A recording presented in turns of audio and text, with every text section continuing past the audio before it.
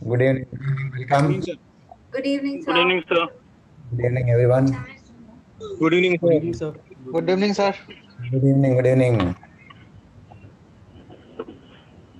Good evening, sir. Raghavendra here. Raghavendra ji, welcome.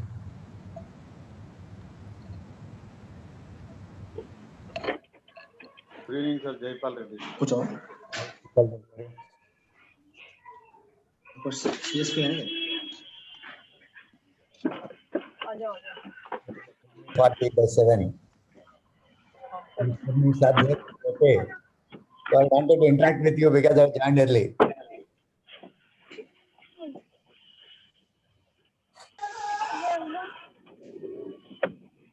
Muralidhar Prasad, namaste. So glad to have you here, sir. Thank you, sir. Thank you very much.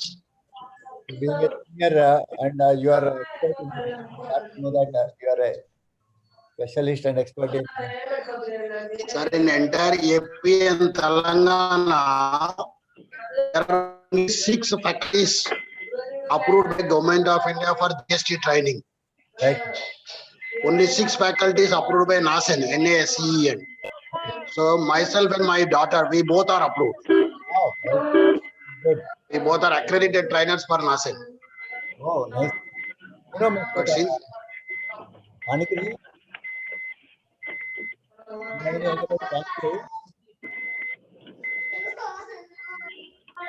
yes, sir, I am also a senior banker. Oh, I took premature retirement in 2007 as a senior manager. oh, I was heading integrated credit risk department and export management. wow. So like what I am talking to you virtually, I used to speak Adani directly in person. We will. Please mute your mic, sir. Unmute your mic. I stopped everyone.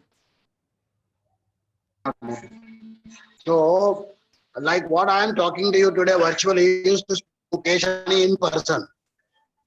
I was in Ahmedabad branch. Oh, I was in head office industrial finance department. So I was a expert in group credit risk management. oh, So I had a very big health problem. Therefore, I left the bank. Then I joined as a professor at Siva Institute of Management. this one, okay. So I was there as a head entrepreneurship development for 13 years. Hmm. And I have taken many other activities. I was a placement head. I was a chairman for international education. So last November, I retired. So nice to That's have what my simple profile. senior as well as experienced person sitting for 6 days. Thank you, sir. Up to live every time I'm able to see you live. Eh? Thank you, sir. So when did you there in what time in Ahmedabad? I was in 2004, sir. 2004 to 6. I was there in 88. Just the Adani port, they were Kandla port, they were planning. So I was the person who has recommended that loan proposal to our Andhra Bank head office. Oh, nice. So that was and I had the fortune of seeing a very small IRDP loan of 2,000 rupees to a very big loan of 2,800 crores export credit. Maximum exposure Adani had during my retirement was 2,800 crores. Mm-hmm. So to that extent, and I have seen all tobacco accounts of Guntur. I know the Bomidala filaments, Bomidala tobacco, even the Prakash Arts moving media. Every Guntur Andhra Bank account, I am very much familiar. Nice, sir. Nice. Sir, thank you for the opportunity. Nice to have you here, sir. We are glad we are here. And since I am a teacher, I don't want to jump into other profession. That's why I said I will help only to the extent of registration. Right, sir. Because once I move to the next level, that will become commercial. That is the other's job, which I should not do. Right. That's why I said I'll help only to the extent of registration. Right. Because yesterday many people got confused and they are worried. So yes, sir. That's why I volunteered. I'm sure I will do it, sir, on Tuesday. I will also join, sir. Sir, it is a great pleasure for me. I will be your student. No, sir, never. No, you are Your specialization is different, sir. I am a daily learner. I am a daily learner. Of course, I can understand. Because we can't teach these things without learning. You are absolutely right, sir. You are absolutely right, We sir. can also, no teacher will be the great. Every teacher Yes, sir. can. Then only can deliver. Yes, sir. I'll be glad to join you, sir. Sure, sir. I'm most welcome, sir. We'll set up the platform. To- Match again. Yes, sir. I'll be Sure, the sir. Sure, platform. sir. I'll be the platform. We will Sir. have a program. Sure, sir. Sure, sir. Sure, sir. So, friends, any other doubts? Yeah, tomorrow we'll not get the opportunity to talk like this. Huh? So can we ask you the No, doubts sir. now? Yeah, you can. Pooja. Okay.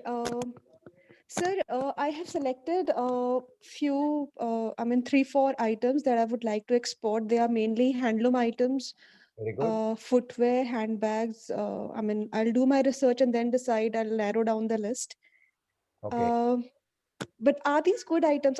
Handloom items, are they okay choice to go ahead with footwear, handbags, handloom? All these are niche product, only with the good items, attractive designs and very much. Right. And sir, can we get loan for export business from bank? That we have to borrow something, sir. Say our Muralidhar Prasad sir Sir, can. may I speak for 1 or 2 minutes? Yeah. May I speak for 1 or 2 minutes on this? Please, sir, please. So because yesterday were also people were talking about the banking facilities. Let me clarify you something. Whenever Yes, we sir. talk about credit in banking, there is something called capital expenditure and working capital. If you are going for a machinery purchase or a shed building, then you will get a long-term credit, which we call it as a term. For your daily working, buying, manufacturing, processing, selling, you call it as a working capital. Again, working capital has got two parts, domestic credit and export credit. So we are talking about export credit. So we need export working capital. For the purpose of exporting, we need working capital. When we want working capital, export credit again can be classified into two categories, pre-shipment credit and post-shipment credit. Pre-shipment credit is for the manufacturing and processing purpose, whereas post-shipment is for after sale, your bills. Yesterday, somebody was talking about, can I discount or may I discount bills? They all come under post-shipment category. After shipping your goods, then you need, because you may be extending on credit. Yesterday, we were talking about EADP, documents against acceptance, documents against payment. So when you are giving document against acceptance, you need working capital because you have used your working capital, you have created some products or developed some products and you have exported. So you don't have money. So you need working capital at that stage. Also, we call it the post-sale credit. So now let us focus on packing credit or pre-shipment credit. Pre-shipment credit is for buying working capital. Mostly you get your working capital limit. Other expenditure normally bankers won't finance. So then you need to submit a proposal. I want so much of working capital for packing credit, I mean pre-shipment credit. Pre-shipment credit will be given in the form of a cash credit. Cash credit means, for example, the opposite of cash credit is your saving bank or current account. Current account, your money you will be drawing to the extent what you have. A working capital cash credit limit is, a limit is sanctioned, you will be drawing that money as per your requirement. So you get cash credit limit. And most important is packing credit up to certain limit, depending upon the bank's policy, they will give without collateral also. That is what the policy says. But again, as a banker, I don't want to take the big risk. So what normally we do, we give limited amount without collateral securities. But if you are asking for a bigger money, we definitely insist for collateral. So what I can suggest is, today a lot of government support available. Let us hope and let us get another opportunity. I will definitely talk to you on the working capital finance and how we can get this through banking channels and with government support. Remember, this is only to a limited extent. If you are expecting 1 crore, 2 crore, 5 crores, all these are subject to your credit worthiness, your balance sheet, your collateral security, etc. I'll be talking to you only small business finance, export credit. Right? So I think I could give some clarity. If you are talking about fixed assets, long-term assets, look for term loan. If you are talking for your day-to-day operations, you talk about working capital. Working capital, if you are talking about export credit, there are two categories, pre-shipment and post-shipment. Post-shipment is all about bill discounting. Pre-shipment is all about for raw material purchase. So we can definitely working capital pre-shipment credit to a limited extent without collateral security. Right. So this is what immediately can answer you. So let us see if any further discussion is, I will definitely answer. Yes. So this is Raghavendra. Yeah, In please. case of trading, is pre-shipment credit is acceptable?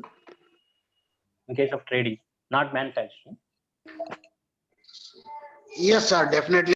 Definitely, let me give you a very classic example. Adani doesn't manufacture anything. Yeah. Adani is an overseas exporter. He has no manufacturing or processing unit. He only buys somewhere and sells somewhere. So he's a trader. Still, he will get working capital limit, right? So there is a possibility of getting working capital limit even as a trader, even as a trader. So we need to put a proposal in that way. How much working capital is required, we need to assess first of all. So we need to show our projections. That projection should be supported by certain documentation. For example, if you are an existing trader, your past history will talk about your future orders. You are a first time, you are a novice, you are a first time entrepreneur, then on-hand orders. So basing on on-hand orders also, we can definitely look for a working capital limit reachment rate. Yesterday also our friend was talking about 20% working capital limit. This is basing on your projected sales turnover, you will get 20% as a working capital limit. Okay. Right. So it is possible even for a trader to get working capital limit. If we are a first-time trader and we are just starting it, so how do we assess how much of order we will be getting? Because we need to at least get the sanctioned working capital. After getting an order, if you go for working capital, it may take a little longer time in process. Yes, sir. Sir, definitely your question is very, very valid question, because a first-time entrepreneur, how can he project? Let me give one very interesting example. Forget about export credit for some time. India, 20 years before, they never know what is a computer. But if somebody comes with a proposal that I want to assemble computer and sell, the banker has to give working capital limit. It is totally a new product. At least you are talking about a new export entrepreneur. I am talking about new product. Even for a new product, bankers do finance. But there are certain precautions they will take. Certain estimations they will do. There are many tools for us to estimate what the possible demand, what is your experience. So there are certain estimating procedures. Using those procedures, they will estimate what is your possible turnover and give it. Otherwise, supposing there is no way to estimate your product demand, they will definitely ask you for orders, on-hand orders. And some bankers ask for confirmed on-hand orders. So that depends upon your banker relationship.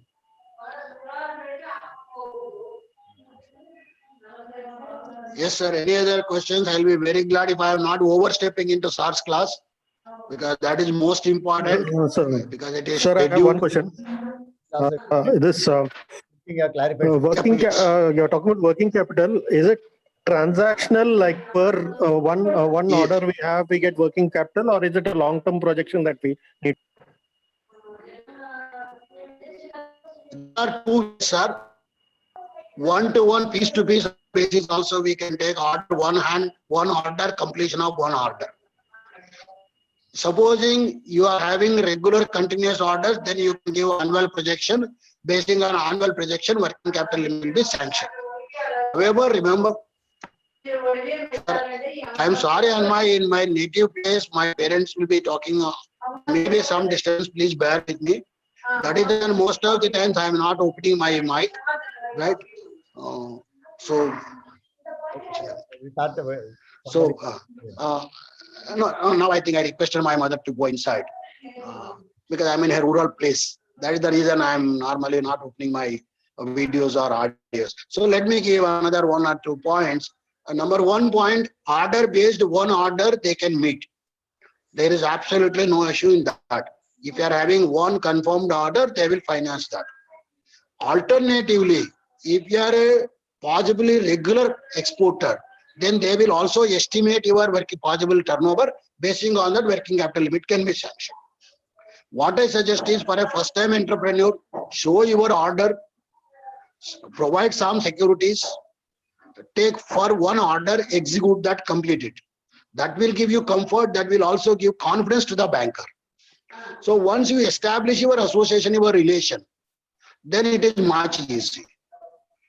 Remember, my friends, one thing, EXIM Bank is the best option for us. Instead of going to directly to a banker, if we approach EXIM Bank will recommend our proposal. When an authorized agency like EXIM Bank is recommending our proposal, the rejection chance will be very less. Instead of we directly approaching, EXIM Bank has got various schemes, different varieties of schemes are available with them. So that is the best option.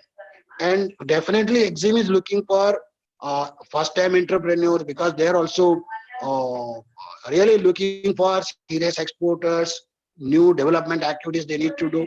So it is better to approach EXIM Bank. Good suggestion, sir. Thank you, sir. People will have a tough time being a first timers. Yes, certainly, sir, because we need to establish our credentials. Yes, that is important. Till that time, best thing is go for one piece order, execute that, prove that you can do. Yes. Normally, banker also will be comfortable to give for one order. Another simplest form is you can ask for LC.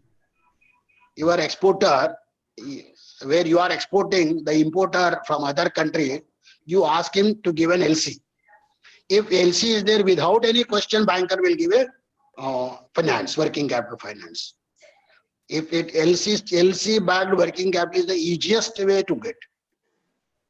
Right. But how can we ask for, because we are a new first time entrepreneurs, can we really ask for alternative? As I suggested, go through EXIM, ask for one particular piece of transaction, provide securities and confidence, get it. If in some cases, if the buyer is good and buyer is big, they also do the buyer's credit. EXIM Bank. Yes, sir, buyer's credit is always there, sir, but buyer's credit will not benefit us. Buyer's credit will not benefit us because buyer will get credit only against his orders. But that money will not come to us unless he has a confidence. Yes. Yes. So that is the disadvantage. Buyers, they always take credit, but they will not transfer to us. No, for transferring only we have to. Yes, sir, we need to negotiate. Yeah. Otherwise, if you are able to manage till manufacturing or till pre-shipment, post-shipment, without any questions, they will finance. Many companies. Because post-shipment has got all documentary evidences. So without any questions, they will finance you. On the bill value, they will finance 80%. So that is the another easiest way, post-shipment credit. Because they are backed by bill of lading, commercial invoice, all documents are there. So without much difficulty, you will get it. Provided if it is DA, document against acceptance. Document against payment, anyway, you doesn't require money because money will come automatically to you the day you accept the bills. Right. If you are giving credit, if you are extending credit, best thing is you go for post-shipment credit. Because bills are accepted, so you will definitely get it. Another advantage is yesterday our friends were talking about ECGC. ECGC policies, please don't bother about the money as long as you are taking insurance. ECG is also insurance cover. So it is not waste expenditure. It is part of your cost. So don't think that ECGC is expensive. Please buy ECGC policies. They will protect us till last minute. So ECGC is not a waste expenditure, or your general insurance on goods transport is not a waste expenditure. We need to do this, are all part of our cost. So this said Mayank here. Most of us Yeah, please, are looking at trading activities as of now, as a to start with the Yes, sir. things. We Yes, are sir. covering most of the things as like from buyer dealing as like safest mode of our finances, be it a letter of credit or whatever it is. Yes, But sir. as a first timer, there is a situation with the sourcing as well, sourcing for sites as well. Like from my supplier, being we as a new, they are also want assurance like when they are giving product to us, they get the money or how to get that part as well to in the secure situation that neither we get a wrong product to us, because sometimes they will definitely ask for either advance payment, which is definitely is a tricky thing. So what is the going to be the situation, like how we can handle about all these things, that if we are getting, whether we are getting the right product or we are not getting delayed product. So Yes, sir. those situations we want to secure that we don't get into the financial issues with our suppliers as well. Yes, sir. Understood.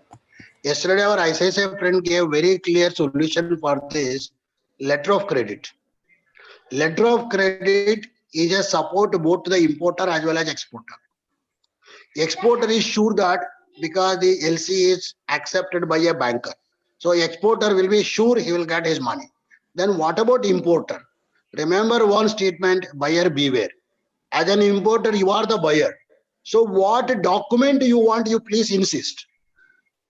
Like packing list, like inspection report, like weight report, quality report.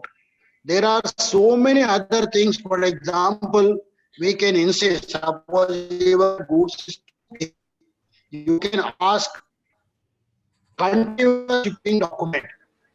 One more thing. Continuous shipping document, I'll being add, on rate, sir.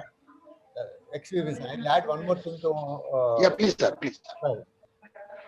Whenever you are sourcing from someone, that was his question, sir. How to ensure the quality? For that, either you have to have some knowledge, or you engage someone who can do the quality check for you from the supplier side. And whatever the quality is assuring, see that he should be responsible for your buyer also when somebody comes. And also the payments, sir, like how to deal with customer. We have Sir, your documentation, sir, importer documentation is a best solution. No, Ask for any number of documents. he is talking about how For the importer. payment may simple thing. He will not believe you. He will say, pay and take it wherever you want to take it. That way you have to manage your funding. From the supplier, suppose you are taking something from supplier, obviously expect the money that is in your capability to negotiate. Okay, give me 1 month credit, or I'll pay 50% after receiving my money. That you have to manage. Another thing, sir, even regarding payment, as an importer, you are opening an LC. So once you are opening an LC, supplier will be ready to give credit. Sir, we are not opening also, like if I am sitting in India, I am taking my stuff from India itself. So I can't open a letter of credit to from my supplier. No, not, you can always open, sir. You can always open. Local LC is not for international transactions. Local. LC can be as well for domestic transactions. Yes. Inland LC can be open. Thank you, sir. Thanks for your clarity. Please, sir. So this session we are talking about, today's session is about the how your goods travel from your godown to buyer. Because always people will have the apprehension, how my goods will travel. Who is going to take care of my activity? Should I go to the port? Should I take it to the port? You people need not go to any port, or any port visit is also not required. Though yesterday somebody was, our friend was telling, No need of going port because there are people who can take care of your activities. What you have to do is fulfill your order as per the requirement of the buyer. And before that, you get the time when they should hand over, you should hand over the consignment to custom people so that they will take care of your other activities. Relax at your home, relax in your office. As a first timer, if you want to go and see the activity, you can go along with them, not a problem. But only thing is, don't be under impression that how can I manage, how can I go to the container, how my loading will be done, how this my container will be loading on the ship. You need not worry because these are all the service providers available. Things are moving. You are not going to reinvent the wheel. Already things are in practice. There are specialized people to take care of this activity. For this, the system run by the government has set up a system between the customs and exporter or importer. There is a bridge called custom house agent, CHA. They are the bridge between. So they are the people properly, they can process your papers through their custom formalities. Further, they will guide you back. So these are the document required, these are the formalities. Once you give the papers, they will take care of your activity smoothly. You need not know what is going to happen, but ultimate goal is, your goal is, what is the goal? Your goods has to travel and safely reach to your client. That is your goal. It is not that what he is doing, where he is unloading, where he is putting the seal, not required for you. But however, we are going to give the full clarity of the process. Okay. So we have it as experts who is having a 2 decades of experience in this line, dealing with daily with the customers like you. We have Mr. Sudhir ji, is the head of the sales from Admiral Logistics. Welcome, Mr. Sudhir. Very good evening, sir. So I'm pinning him here. He is Mr. Sudhir. He is sales head for Admiral Logistics company. He is a group of the company Admiral, and he is addressing from Hyderabad. Their headquarters at Hyderabad. They are also having a different offices. He will explain. Not only India, they are also having offices abroad also, China and Africa, certain zones. So they are giving a service, and they are one of the leading customers agents from Hyderabad. So they are taking class to. They will explain you what is the role of customers agent. CHS was the wording actually. It is like a CA. How the CA is certified. CHS also certified the Government of India Customs Department. So they have to pass that. Then only they will get the license to clear your goods. So they are experts in this field because they will handle the subject. They have to handle the subject. So even with them, you will be in touch right from the giving a quotation. As we were discussing at the time of making a quotation, what we need to add, the logistics cart and custom clearance until it reaches to Jawaharlal port or Nigeria port. Who is going to give the cost? The cost, we have to approach them to get the quote. Since then, we are in touch with these people, right from getting a quote. So unless they give the quote, you cannot imaginably put the things. And somebody was asking how long this quote will be valid. That also he will give the clarity. Whenever they give the quote, there is certain time. So on that 5% here and there will be there that you have to adjust in your profits. So all this will be explained by Mr. Sudhir. Sudhir, with this brief introduction, I am handing over the session to you to take care of our participants. Sure, sir. Thank you so much. As usual, they are the beginners and they need your hand-holding support for taking their goods to their clients. Sure, sir. Okay. So Yeah. now over to you. You can bring up your presentation, please. Thank you, sir. See, friends, in this deal, your banker and your CHA both are two eyes of your deals. Banker as good, the way banker is important for us. Similarly, CHA is also very important. If you are having a right partners to this your business, your work will be smooth without having any hassles. Because most of the deals happen with these two only. Either पैसा का गड़बड़े, माल का गड़बड़े या पहुंचा नहीं है, then delay हो गया. So all this. If you are having a right partner, yes, you can do this smooth business. Yeah, sir, can I start? Yes, sir. Go ahead. Yeah. Is my voice audible, sir? Yeah, clear, sir. Yeah. So, welcome team for this wonderful session. I thank Rao sir for giving us an opportunity to address all of you. I will try to make this session as simple as possible with examples wherever required. My only request is kindly switch off all your mics. Let me complete my presentation. You can shoot all the questions once my entire presentation is done. Good, sir. Good. Fine, fine, sir. Only thing, wherever you feel that my voice is not audible or I am going too fast, in that case, one of you please take the initiative, switch on your mic and let me know. I'll immediately correct myself. Good.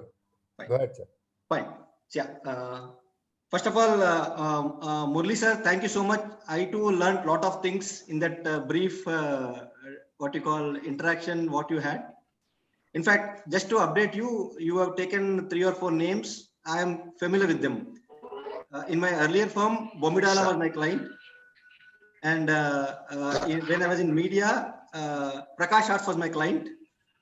And when you were with Shiva Shivani, I think they were doing one event called Samulmai. When I was in my MBA, I was a participant, and we also won one event there. I still hold that prize. I cherish that prize. Wow. Wow. Excellent. Excellent. Very nice. Yeah. Thank you so much. Thank you for making me recollect all my old days. Thank you so much. Now, sir, let me start my presentation. My name is Sudhir. I head the sales team of a firm. 1 minute, Mr. Sudhir, please unmute.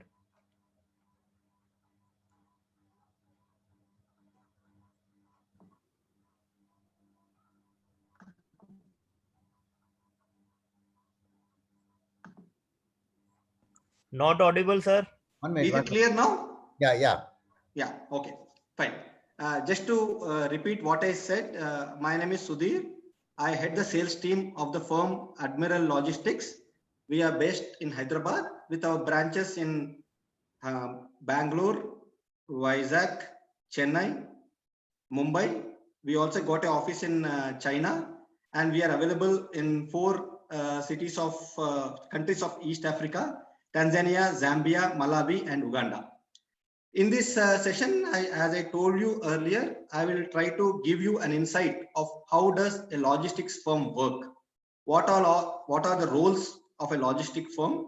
What are the responsibilities? And how do they help the exporters or the importers to ensure that their goods are reached to the destination properly?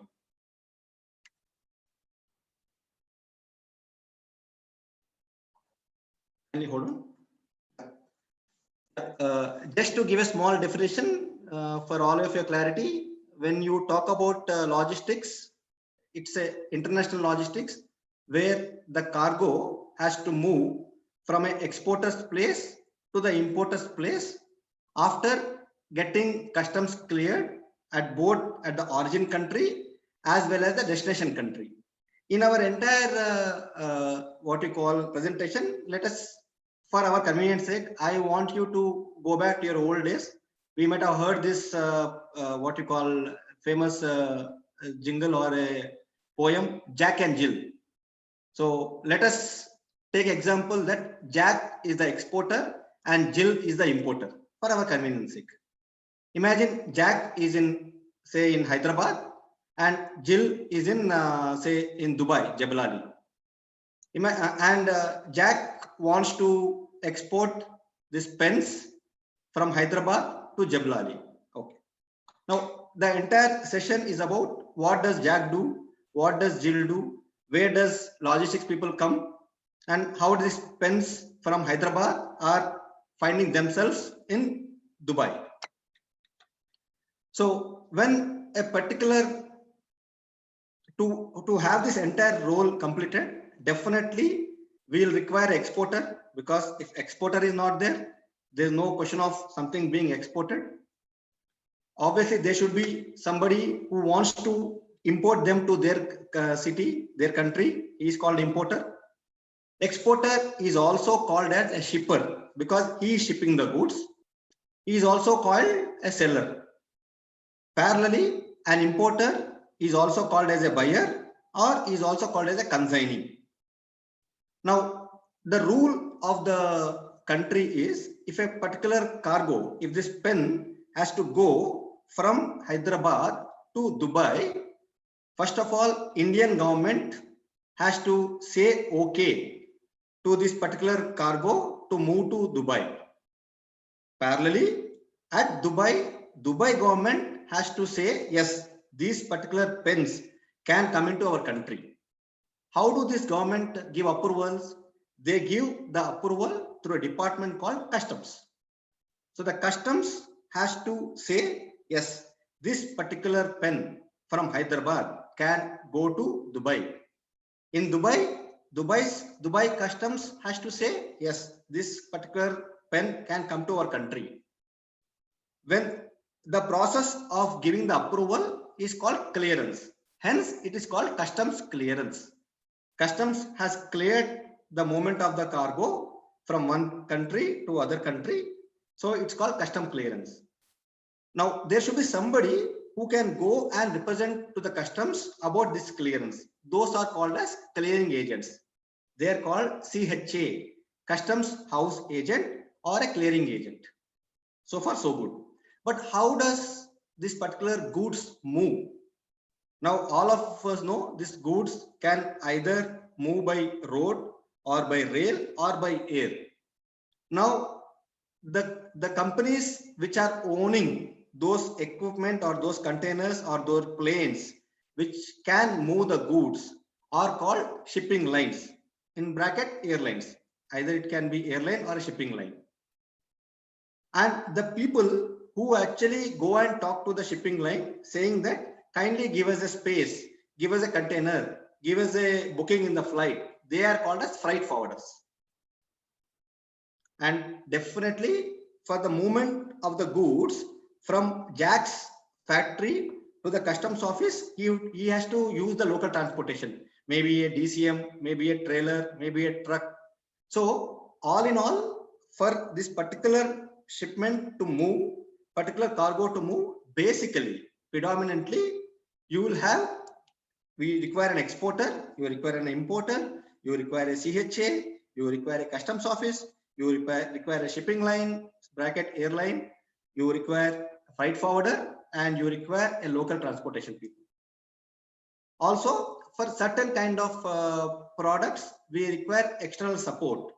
Like if somebody has to, like there are bodies which can give certificates like phytosanitary or animal quarantine, or if somebody has to give a APEDA certificate, or somebody has to get some other certified document. There are other bodies which are also involved. But basically, you require an exporter, importer, CHA, customs office, all these guys are required. What are the kinds of service we have? Either we export or we import. I'm talking about international logistics. You have a lot of domestic. I'm not talking about that. If you have to export or you have to import, these are the predominantly two services which are available. What kind of modes we have got? As I told earlier, we can move by air, we can move by sea. Few places from India, we can move by road, not to all places. Like we can move by road to Bangladesh, we can move by road to Nepal. So basically, but most of the shipments, either they go by air and they go by sea. And to the few places where it is allowed to go by road, as example I gave you, Nepal and Bangladesh, we can send by road. Now, India is a big country. Now, not every city in India has got a seaport. What is a seaport? Wherever you have this ships coming in, a big ocean available or a big sea available, it's called a seaport. In India, we have got our seaports in Mumbai, in Gujarat, and it's called Mundra. We have got in Kolkata. We have got in Vizag. We have got in Krishnapatnam. We have got in Tuticorin. So we got around close to around 15 to 16 big seaports. Predominantly in that, the major are Chennai, Mumbai, Mundra, Kolkata, Vizag, and Krishnapatnam. I told you earlier, what is custom clearance? It is the act of passing the goods through customs so that they can enter if it is an import, or leave the country if it's an export. The department which gives the approvals is called customs. Shipping line is a company that operates the ships or flights which can move the cargoes. Freight forwarders are the people who are the bridge between the shipping line and the customer. CHA is the guy who actually does the custom clearance with taking the approval from the customs. Now, most important, we have got our seaports major in 6 to 7 major cities. Take Hyderabad, for example. Hyderabad is a big city, lot of exporters, lot of importers, but Hyderabad does not have a seaport. Same with Bangalore, same with Delhi. There are quite a few big cities in India where you don't have a seaport. To facilitate the exporters and the importers of such big cities, the customs department or government has opened something called as inland container depot, wherein you will have all these containers which are available, empty containers by various shipping lines, and as and when an exporter wants to take a container, he will take it through the concerned freight forwarder. It is either called as inland container depot or it called as CFS, container freight station. Inland container depot it's called because we don't have a sea here, it's called land, inland. That's why it's called inland. CFS are the places where all these containers are stored. Luckily for us, you talk about Hyderabad, talk about Bangalore, Delhi, or any major city, we got very well equipped airports. So when you are moving by air, definitely every major city has got an airport. Not so the case with what you call seaports, but that does not stop exporters or importers exporting or importing into these cities. Now, when you are moving by air, in fact, even before coming into logistics, I used to always think that there are specific separate flights that actually carry the cargo, but it's not the case. We have got separate cargo flights where it's dedicated to only to cargo, but most of the flights where we are traveling as a passenger, beneath our seats in the belly of the aircraft, you have got this cargo placed. Like for example, if Jack is going to London in one of the flights, maybe the flight what he's taking is also carrying lot of cargo which is going from Hyderabad to UK. So these cargoes are placed in the passenger flights in the belly of the aircraft. And wherever you got this dedicated cargo flights, except for the crew, or pilot, a co-pilot, and whoever is the crew in the flights, remaining all are actually, the entire thing is stuffed with cargo. These are called air cargo containers, where the cargo is placed in these containers and the containers are placed in the belly of the aircraft. In our example, the pens of Mr. Jack are in one of these containers. In these packets or packages, may it be a wooden box or a cotton box, whichever way he has packed it, and this cargo is kept in the belly of the aircraft. Just for your knowledge, this is called Antonov An 225 Mriya. This is the world's largest cargo plane currently. The capacity of it is around 2.5 lakhs weight of the cargo. It's pure cargo plane which can carry up to 2.5 lakhs of the cargo weight. Most important, you need to focus or keep in mind, air freights are always calculated on the volumetric or the chargeable weight or actual weight, whichever is higher. I'll give an example. Like let us take an example. Jack is sending 100 kilos of pens packed in a container, packed in a cotton box, and is exporting to Jill in Dubai. Now, the weight of the box is 100 kilos. Airline will take a note of that. They will not stop there. They will see what is the dimensions of the box, length, breadth, and height. They have got their own formula of calculating the weight on the volume that is occupying in the aircraft. It's called volumetric weight. Imagine if the weight of the cargo is 100 kilos, they have got a formula for doing that you can easily get on Google.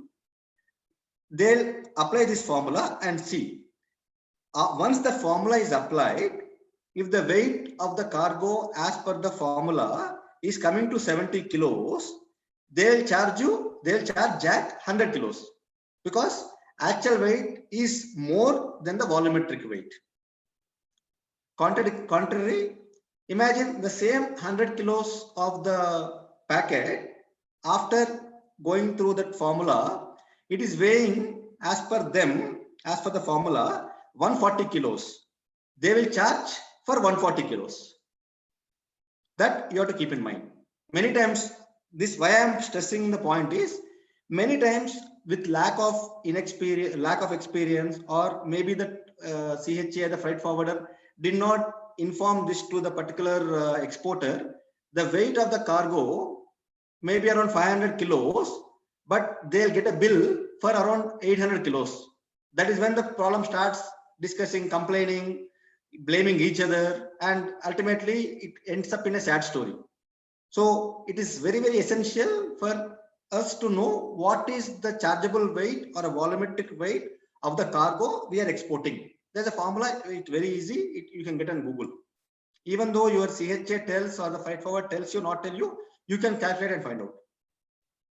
Other most important is, there is no provision with customs or with freight forwarder or with any airlines that they will send their vehicle or they will collect the cargo at customer place. The cargo has to come either through freight forwarder or to the client to the air cargo. Only then the clearance happens. Why I am saying this, you will understand once I complete the sea part, the ocean part. So keep in mind, point number one, air freights are always charged on whichever is higher, either volumetric weight or on the actual weight, whichever is higher. Volumetric weight, chargeable weight is arrived on a formula based on the dimensions. I can share it with you later, or you can get it on Google. The cargo has to be physically brought to the air cargo customs for clearance. After that, it is handed over to the airline. Now, most important, when an exporter, Jack, is planning to move this cargo by sea. Now imagine, when Jack is sending the cargo through sea, how does Jack send? Definitely, it has to go on a big vessel. Okay, that is fine. You got water, you got ocean, on that you got vessel. But how is the cargo kept? Yes, cargo is kept in containers.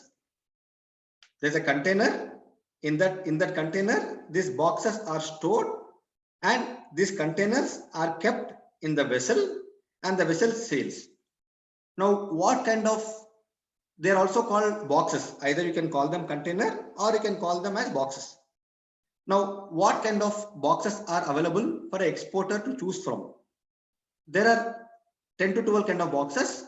Predominantly, I'm going to talk about 5 to 6 in this session because these are mostly used. First, point number one is a 20-foot container. When I say 20-foot container, the length of the container is 20 feet. And the dimensions, you got their height, you got their width, everything is shown here. The point to keep in mind is this 20-foot container can take a weight of up to 25 tons. This container, the cargo which is kept in that can be up to 25 tons. Now, the way we have actually calculated the chargeable weight there, similarly in the ocean, in the sea, in the containers, there's something called as CBM, cubic meters. Cubic meter is nothing but length, breadth and height of a box. How much space can a cargo occupy in a container is called CBM.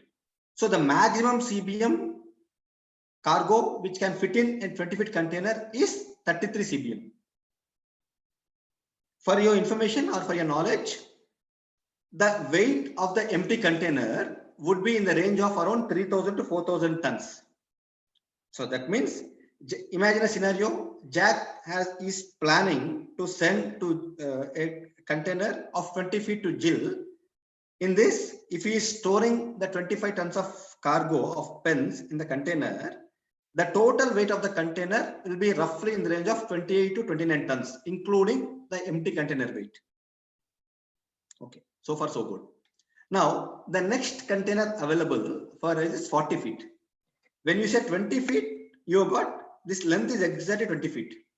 When I am saying 40 feet, the length of the container is 40 feet. And dimensions are almost similar. Height is similar and even the width is similar, not much of difference. Now you might get a doubt, why is that this 40 feet is available? Yes, it is available because maybe, suppose in a scenario, Jack is wanting to send a machine, the length of the machine is more than 20 feet. And the machine cannot be detached or made into two parts. So that case, he has to use this 40-foot container. The major difference, a lot of us, including me, when I was very new to the logistics field, I used to think if 20 feet can carry 25 tons, will 40 feet carry 50 tons? No, 40 feet will only carry up to 28 tons. But as far as space is concerned, since it is exact double of the 20-footer, the space can be up to 67 cm. Weight wise, it cannot carry more than 28 tons. That's why 40-foot container is called as a volumetric container. Weight is similar, almost similar, but the cargo is bigger. In that case, people use 40-footer. Now, sometimes the length is fine, width is fine. What if the height is more than that, what you call 2.3 meters? Again, the same condition, cargo cannot be, machine or cargo cannot be detached. It can be made into parts. Then what they do? That case, exporters are given an option of using an open top container. You can see it here, right side. When I say open top container, the remaining parts are intact.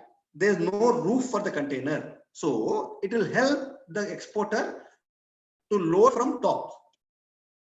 If the height of the cargo is 3 meters, more than 3 meters, it cannot fit into the door of the normal container because the height, the dimensions of the height is only around 3 meters for a 40-footer. In that case, how do we load? We load from top. It's called open top. In this, again, there are two types. Something is called an in-gauge. When I say in-gauge, the cargo is not coming out of the container. It is loaded from the top, but it is still inside to the level of the container only. It's called in-gauge cargo. Sometimes the cargo comes out. It is more than the container height. It's called out gauge. Based on the cargo type, nothing to worry. The decision or the suggestion will be given, consultancy will be given by the concerned freight forwarder. He will let you know what kind of cargo container is required for your cargo based on your sizes, dimensions of the cargo. Nothing to worry about that. You can, as Rao sir said in the starting stage, this entire session is only for your understanding of how it happens. Otherwise, you can just relax. A reputed or experienced freight forwarder, CHA, will take care of everything. He'll guide you. Nothing to worry about that.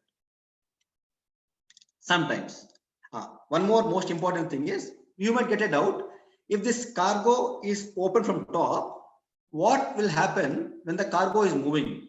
If it is rain, it's a snow, or a lot of some kind of climatic conditions, how does it help? Nothing to worry. Though there's no roof for that, once the container is loaded, it is thoroughly covered with quality polythene covers, so that the cargo is never affected. That care is taken by the shipping line. Sometimes it so happens that both length is fine, but width and height is an issue.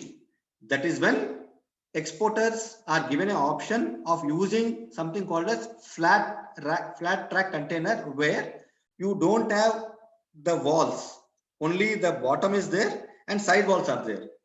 So that the cargo is placed, and cargo is thoroughly with all these strong wires. It's called lashing. It is fixed so strongly that the cargo cannot move. These are all for normal containers. Now, most of the people are into exports of the products which are temperature controlled. Fruits, flowers, vegetables, which require temperature control. In that sense, in that connection, shipping lines offer something called as refrigerator container, which can control the temperature required for that particular product, right from the container stuffing or container stuffing when the cargo is placed, even before the sailing happens.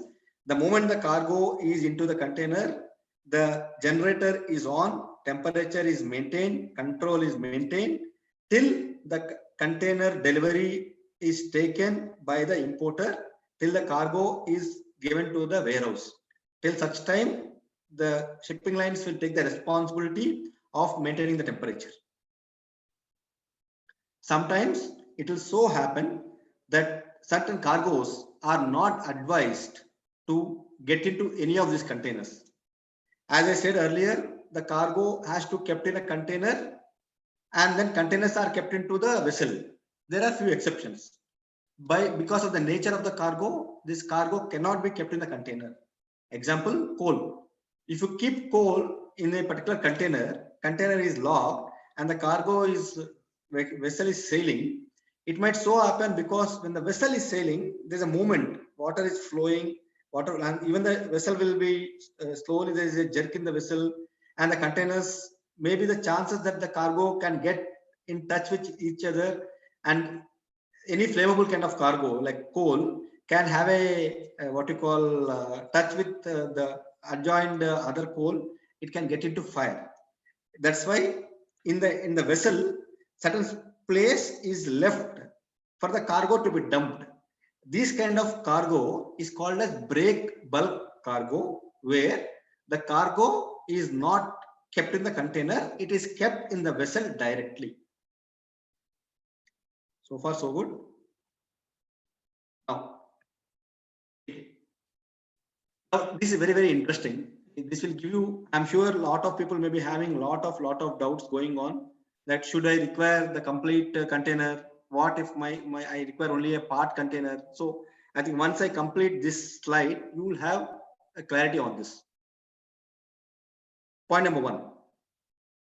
When I say FCL, it's called full container load. That means as a shipper, the shipper is taking the total container into his custody, and he is stuffing his entire cargo into that container. It's called FCL. Now, the freights will vary from shipping line to shipping line, destination to destination, time to time, month to month. That is a different story. We'll come to that later. Now, in our example, Jack wants to send this cargo in a container, full container, maybe 20 feet, maybe a 40 feet, but he wants to take the full container to get it, to send it to the cargo of a full container. He wants to export to Mr. Jill in Dubai. Now, he has got two options. Option one, what he can do? He can take the empty container from the ICD or a CFS. He will take them. When I say he, his what we call freight forwarder will take the empty container from the ICD or a CFS. He'll send it to Mr. Jack's place.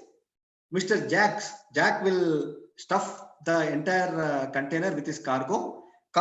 Container is back to the ICD or CFS for getting custom clearance. After custom clearance, it is handed over to the shipping line for movement. But if Mr. Jack wants that container to come to his place, he requires something called as e-sealing or a factory stuffing permission. Unless until he does not have that factory stuffing permission or e-sealing permission, he is not eligible to take that container to his place. It's like, unless until you don't have a license with you, you cannot drive on the road. In the similar example, only in the case if he is having that approval given by customs that to stuff the cargo at his factory, he can take the container to his place. Suppose he does not have the approval. Can't he take the full container? He can. What he has to do, container will not be sent to his place. The cargo will come to that customs place. The cargo will come to customs place either based on the volume of the cargo, either on a trailer or on a DCM or a lorry, whatever the case may be. The cargo comes to that ICD customs place. That CHA will complete the custom clearance process, and then it is stuffed into the container. Fine. Now, the most important. Maybe Jack does not have that much of cargo to take the full container, but he has chosen to send it through sea. What he has to do? Then shipping lines will give them an option of less than container load. He can take a part container. He need not have to take the full container. His goods can go in a container shared by some other people, some other exporters who are also sending their cargo to the similar destination. It's called LCL, less than container load. Again, in the FCL, the freight charges are based on per container basis. In the LCL basis, it is based on the volume of the cargo that is occupying in the container. How much space this particular cargo is taking in the container, CBM, cubic meter, how much length it is taking, how much width it is taking, how much height it is taking. That kind of space, based on that, sea freights are calculated per CBM. Again, it varies from line to line, destination to destination. The difference here is the exporter, Jack, cannot take the container to his place in a LCL mode. He has to send the cargo to the customs place. Like same thing what I told you at the start of the session, in the air cargo, the cargo has to come to air cargo customs for clearance. Similarly, if the option for the exporter, Jack, is to take part of a container, he cannot take the container to his place. Cargo has to come to the particular ICD or CFS where the customs are available. After the custom clearance is done, it is handed over to the shipping line. Shipping line will take this cargo, put in the container along with other containers, other cargos which are going to the similar destination. Okay.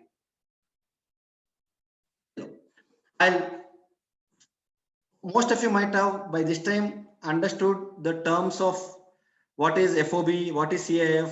I am just sharing a process of what happens in a CIF, just for your understanding. When Jack and Jill, the agreement between Jack and Jill is Jack is sending the cargo under CIF to Jill. That means responsibility of Mr. Jack is to ensure that the cargo is custom cleared at Hyderabad. It is moving in a what you call either air or by sea to Dubai.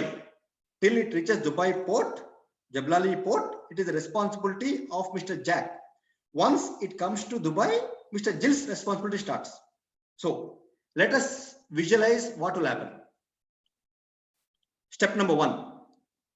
Jack requests a quote. What he does, Jack, what he does is he knows what he wants. He says, okay, I got a cargo of so much of size, so much of weight. This cargo I need to send to Mr. Jill. So what he does, he'll call people like us, logistic people. He'll say, hey Sudhir, see, this is the cargo. I got a client at Dubai by name Mr. Jill. Please send this cargo to what you call to Dubai port. And what Sudhir does, Sudhir will ask all the details. He'll say, tell me what is the weight of the cargo. Tell me how do you want to move? Do you want to move it by air or by sea? Or do you want to move by part load or a full load? All the details Sudhir will take. Now what Sudhir does? Sudhir is playing two roles. He is a CHA as well as he is also a freight forwarder. By the way, just to update you, custom clearance part is done by the CHA for your recollecting, for you to understand. His job, CHA's job is to ensure the clearance process is done. Freight forwarder part job is to ensure the movement is done. Clearance is by CHA, movement is by freight forwarder. In most cases, 95% of the cases, both of them are same. Both of them are same. Only rare cases you will have somebody only doing either a CHA job or a freight forwarding job. Otherwise, in most cases, in our case, for example, we do both. We are a CHA, same time we are also freight forwarder. Now, what I do as a freight forwarder, I know Jack wants to send this cargo to Mr. Jill. I know all the details. So with my experience, I'll contact all these shipping lines which has got a service to Jebel Ali from Hyderabad. I'll take the rates, freights, and other charges, whatever is applicable for the shipping line. I'll ask the shipping line till what time is rate valid. Generally, shipping line quotes are valid for 1 month. Generally, if I take a quotation on 1st of January, shipping line says it is valid till Jan 31st. And last few months, because of shortage of equipment, because of imports dropping in, because of pandemic, multiple reasons, shipping lines are giving the quote validity for 14-15 days. Okay, quote, what I do as a logistic guy, I'll consult shipping line 1, shipping line 2, shipping line 3, shipping line 4. Let us take example. I am consulting shipping line Maersk, shipping line CMA, shipping line Hapag, shipping line MSC. Just for my example, Maersk, Hapag, CMA, and MSC. I'll ask them, hey Hapag, what is your freight from Hyderabad to Jebel Ali? Hapag will give it straight, Maersk will give it straight, CMA will give it straight, and so as MSC will give it straight. There are, by the way, you got close to 75 shipping lines available. I'm just telling you 4-5 famous names. Then I'll ask them, okay, I got a quote. Imagine a scenario, shipping line says my charges are X. I'll ask them, okay, tell me till what time this rate is valid. Shipping line will say it is valid till so and so time. Then I'll ask them, okay, do you have the containers available? My customer's requirement is immediate. His equipment is ready. His cargo is ready to move. Do you have space? Do you have boxes available? They'll say yes or no, whatever the case. Then I'll ask them, okay, if I take this container, what is the schedule? When do I get the space in the vessel? What is the schedule of the vessel? Is it immediate? Is it after a week? I'll take that schedule. Same with airlines also. I'll ask them the details. I'll ask them the space. I'll ask them the routing. How is this container moving? What is the route? Is it directly going to Jebel Ali, or it is going via Singapore or via Malaysia or via Colombo? I'll take all the details. Then I'll ask them, okay, if the cargo is sailing from on 1st of January, when it is reaching to Jebel Ali, This all details I'll take. I'll prepare a table. I'll share it to Mr. Jack, saying that Mr. Jack, if you are actually taking Musk, definitely I'll add my margin. If you are taking through Musk, this is your costing. If you are taking through HAPEC, this is your costing. On CMA, this is the costing. On MSC, this is the costing. This is the available, containers are available, not available, available. This is the transit time, 15 days, 16 days, 18 days, 20 days. Now, likewise, Mr. Jack might have taken the quotation from Sudhir and he might have taken from 3 other 4 freight forwarders. All of them might have done the same exercise. After everything is done, I take the quotation and submit it to Mr. Jack. Consider that Jack has checked with Sudhir, then some X person, Y person, Z person. He found Sudhir's quote is best, or he's got a lot of confidence on Sudhir. Out of these 4 logistics guys, Sudhir's quote is approved. So Jack will say, yes, Sudhir, I am approving the quote. Please go ahead. Now I got approval from Mr. Jack. What I do, I'll ask him, sir, I've given you 4 proposals. On the 4 proposals of shipping line 1, 2, 3, 4, which is the line you have approved? Most cases, they leave the option to the freight forwarder. You tell me which is the best option. We will suggest them, considering that he is approved on Musk. Now what I do? I'll write to Musk. Dear Musk, I have taken a quotation from you, so-and-so number, for so-and-so shipper to Jebel Ali. The shipment is confirmed. Please give me the booking. Shipping line will give a booking, saying that, yes, please take this container. This booking is confirmed. I will check with Mr. Jack. Sir, I got the booking. Tell me when should I place the container? Jack says, okay, you can place after on 3rd or 4th, whatever time. Upon receiving the confirmation date, what I do, I go to the shipping line people, say, oh, this is my booking copy.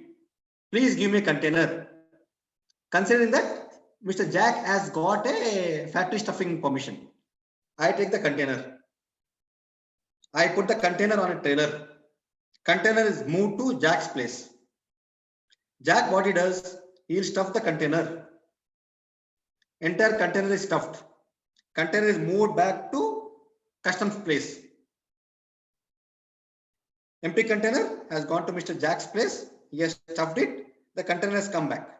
Parallelly, as a CHA, I might have told Mr. Jack, sir, please provide me these documents. Document 1, document 2, document 3. These are the samples. On these formats, give me the documents. Jack will prepare all these documents. He will give. The documents are taken and our CHA team will file a shipping bill saying that, sir, this shipment is supposed to be exported. Here is the bill. We complete the clearance. The container is handed over to the concerned shipping line. Since Jack is in Hyderabad, there is no port in Hyderabad. The container is moved to, in our example, let us take that Navasheva. Mumbai is the port. This container is moved to Navasheva either by rail or by road as decided earlier. Container reaches the port. It is loaded in the vessel. Container is safe. It reaches to the port of Jebel Ali. Container is offloaded from vessel at Jebel Ali.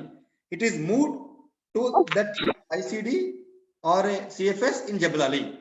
Mr. Jack's response is done. From there, Mr. Jill will take over. This is the process. Now, generally, shipping lines, when you got a high dimension or a very, very huge kind of cargo, it's called odd dimension cargo. It moves in a vessel.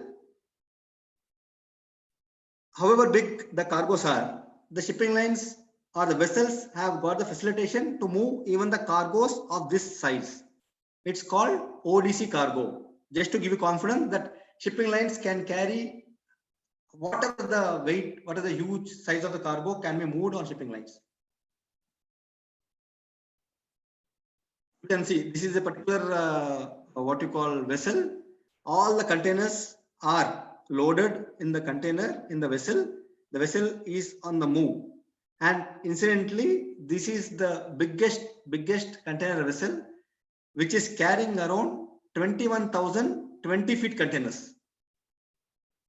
Generally, a particular normal average vessel can carry up to 4,000 to 6,000 containers. In this scenario, this OCL vessel is carrying up to 21,000 what you call 20-foot containers. Such a huge one. Okay. Now, let us throw some light on what are the advantages of moving by air, what are the limitations of that, and parallelly, what are the advantages of sea, or what are the limitations. Point number one, definitely when you are moving by air, you got the biggest advantage of the fastest movement. Our example, Jack's cargo can reach in 3 to 4 days to Jabalali if it is going by air. Second advantage, most of the cities in almost all the countries are connected with they got lot of air connections. So airports are there. So the movement of the cargo happens very, very fast. Having said that, definitely there are a lot of limitations. Most important one, when you compare vis-a-vis to sea, airport air cargo movement is costly. On an average, they say it's around easily 4 to 5 times costlier than a sea movement. The more the distance, the higher the cost for air, for the difference between air and sea. More than the cost, the biggest other challenge is there's a limitation for every airline to carry the weightage. Each airline has got their upper limit. One airline might carry only around, say, weight of around 2,000 tons, 3,000 tons, not more than that, or the box dimensions. These are given in advance by the airlines. What is their maximum weight, maximum dimension they can carry. So, however, maybe you are from a family, we are from a family of Ambani, we got huge money. Still, there is a limitation for the airlines to carry large dimensions of cargo. It cannot carry.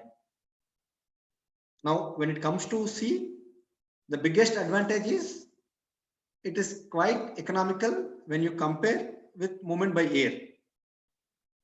Other biggest advantage is huge dimensions. As I showed you on slide, like the biggest kind of bulkiest, biggest, heaviest cargoes can move by sea. That is the biggest advantage by sea. That's why you have lot of project cargoes which is happening across the world, moving from one country to other country, moving by sea.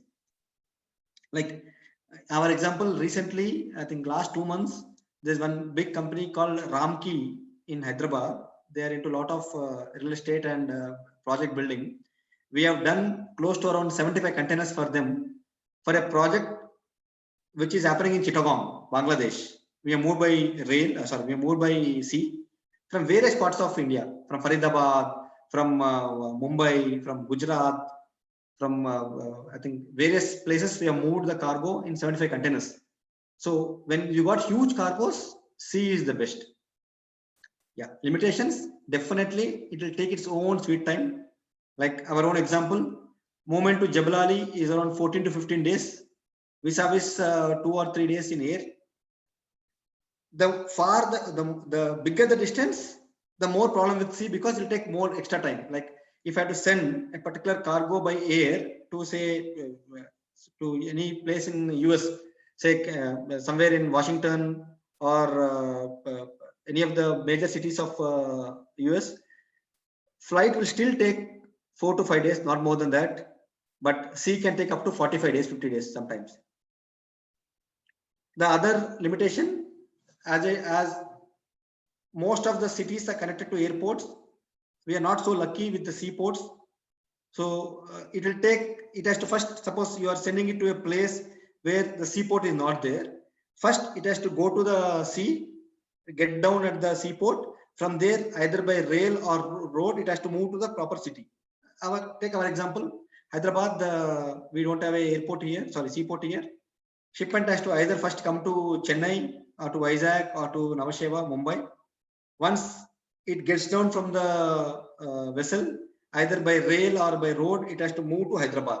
So it takes that kind of extra time. So slow reach and limited reach are the basic limitations which are there with the sea. Now, I think there are two important slides which I'll take some time to complete. Once that is completed, we are almost done with the presentation, and I'm sure you will have a lot of queries getting resolved in this particular 2 slides. Anyway, after the session is done, we can discuss at length about all your doubts. First, let me focus on the, as I told you, there are 2 roles what we play, CHA role and a forwarder role. CHA role is to ensure custom clearance is done smoothly. Freight forwarder role is to ensure the movement is done smoothly. Let me now focus first on the CHA role. First and foremost thing, as a CHA, my job is to inform the exporter or the importer on what are the documents that are required to clear a cargo. If the cargo has to be cleared, it is as a CHA, I'll take the requirement from the exporter or an importer that what is he exporting, where is he exporting, how is he exporting. Parallelly, what is he importing, from where is he importing, and how is he importing. Once I know these basic details, I need to tell him very clearly, sir, you will be requiring 1, 2, 3, 4 documents. And I need to help him making those documents. Not only informing, telling him, sir, these documents I'll assign my person to you. He will ensure these documents are made. That is the first and foremost role. Second, yes, documents are informed, documents are made. As a CHA, I need to study all these documents. Are these documents in line with what the customs wants? Or is there any variance from what the customs wants? I have to correct it, get it corrected, and then proceed for clearance of shipment. Then I need to understand whether the exporter's particular cargo is in LC or what is there in PO, or is every document aligned to the shipment or not. Is there any kind of variance is there? I have to study the LC. I have to see whether sometimes, for example, LC says LC expires on say 31st of January. So I need to tell him that, sir, this shipment, if we are already on 27th of January, it might not get cleared, it might get moved before 31st of January. So please let us extend the LC or whatever, a correct guidance I have to give to the particular exporter at that point of time. Then when all of them are in place, I go to the customs and I'll file a bill for export. It's called shipping bill. I am shipping, I am moving the goods. It's called shipping bill for exports. If I am talking to an importer, I am being appointed by importer to clear his goods, I need to file a bill of entry. Goods are coming, entry. They're entering our country, our city. It's called bill of entry. So I had to file a shipping bill for an exporter. I had to file a bill of entry for importer.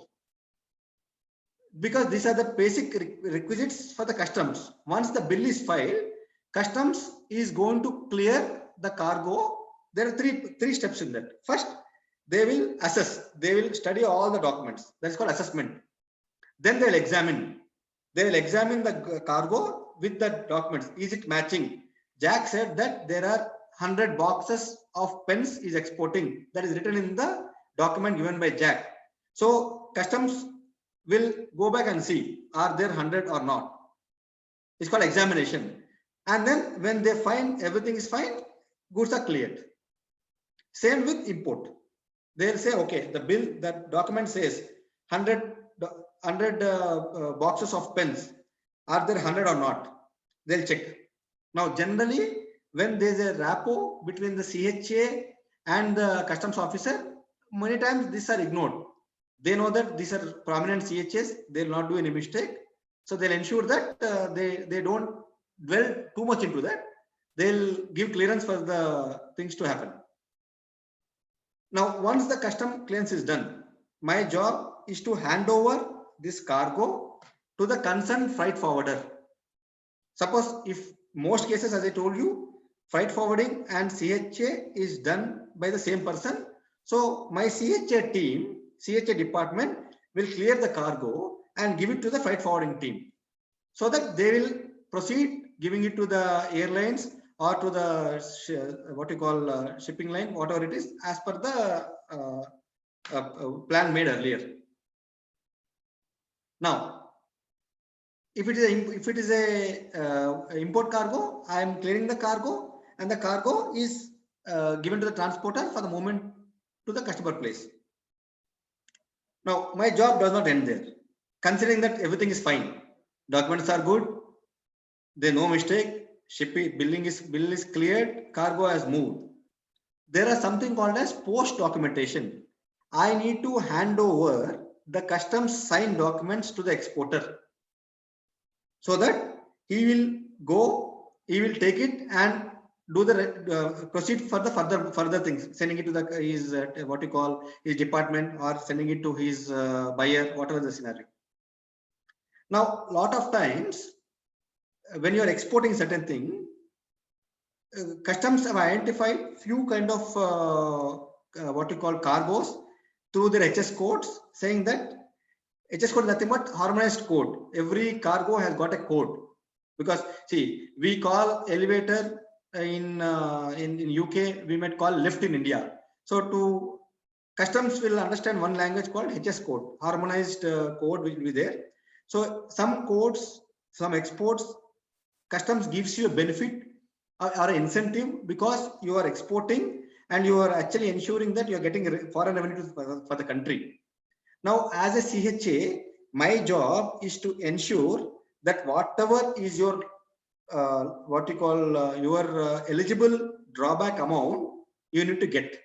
Likewise, for every cargo, whatever you are eligible, I need to inform you. Then I need to ensure that till you get that amount in your account, is my responsibility as a CHA. So, in brief, CHA has to ensure that the things are getting cleared smoothly, and the exporter is getting all his benefits which are due for him. That is the role of a CHA. What does a freight forwarder do? Now, as a freight forwarder, my first and foremost responsibility is share what is the price freight for the moment, either by air or by sea. I will tell Mr. Jack, sir, this is the price, this is the route, this is the time it will take for the moment.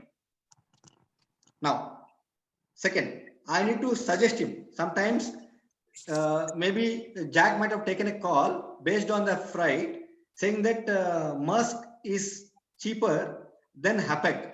He might say, okay, Sudhir, go ahead, book the same thing in say Maersk, because Hapag is costly. But if my experience says Maersk is following a route where there's a lot of cargo jam is happening in Colombo or in Malaysia, and technically it is taking more time to reach to particular destination, Jebel Ali in our case, I need to tell Mr. Jack, sir, you are right, you are going by the price. But our past record in last 2 months says that things which are going on Maersk are getting delayed by a week or 2 weeks. If it is okay with you, let's go with Maersk. I suggest, let us go to Hapag, because Hapag, my record says that there is no delay in Hapag shipments. I'm just giving an example. So I need to appraise the exporter on the possible options also. He's not only giving the quote and giving the best price and keeping quiet.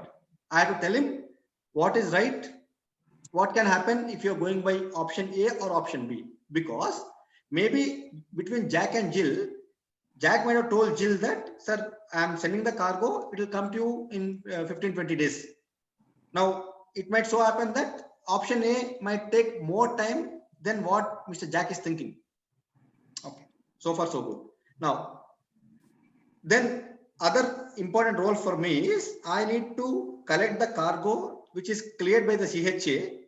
If some other company CHA, I'll take from him. If my own CHA, I'll take from my department. I'll hand over the cargo to the shipping line or the airline. whatever Mr. Jack has chosen. Once the cargo is sailed or cargo is flown, I'll hand over the required documents to the exporter or the importer, saying that this cargo is sailed. These documents are, because he need to give a proof. Mr. Jack has to give a proof to Mr. Jill that, sir, the cargo is sailed and so vessel on so date. This is the proof.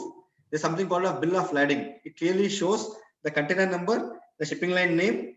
It will say on which date the container sailed, which can be easily tracked by Mr. Jill on the website of the particular shipping line. Now, my other most important role is I have to update Mr. Jack on what is happening to the cargo. Where is the cargo? It has moved from Navasheva today. Tomorrow, where is it? If it has gone to Singapore, when is it moving from Singapore? So I have to give a clear update about his cargo so that Mr. Jack is updating the same to Mr. Jill. Once the cargo reaches the origin, though maybe the if the agreement of Mr. Jack and Jill is that entire scope till it reaches is Mr. Jack and I am his representative, I need to anyway do that. Even if my role or Mr. Jack's role ends once the shipment reaches to Jebel Ali, Dubai, my role does not end. I need to see whether Mr. Jill has taken the cargo or not, is the container cleared or not, and update to Mr. Jack, saying that, sir, this cargo is reached there. Mr. Jill has taken. Mr. Jill is not yet taken. Whatever the update, I have to tell him, because I will be knowing the updates from the shipping line, what is happening. So, in a way, to put in a nutshell, my role as a freight forwarder is to ensure the cargo is going smoothly and the updates are given regularly to Mr. Jack, so that Mr. Jack is not in any kind of tension whether this cargo will reach, not reach, when it is reaching. Sometimes it might so happen because of turbulences in the ocean, because of rare cases. Sometimes it happens once in a while. I think in last 2 years, I have experienced a couple of scenes only in 750 days or so. I have experienced 2 cases where the container, the ship got fire was on the ship, and the containers had to be de-stuffed or removed from the vessel. This happened. So I need to ensure that I am updating, giving confidence to Mr. Jack that, sir, everything is fine, cargo is reaching, nothing to worry. So that, because he is seeing the cargo through our eyes. So I need to understand the importance of the cargo movement.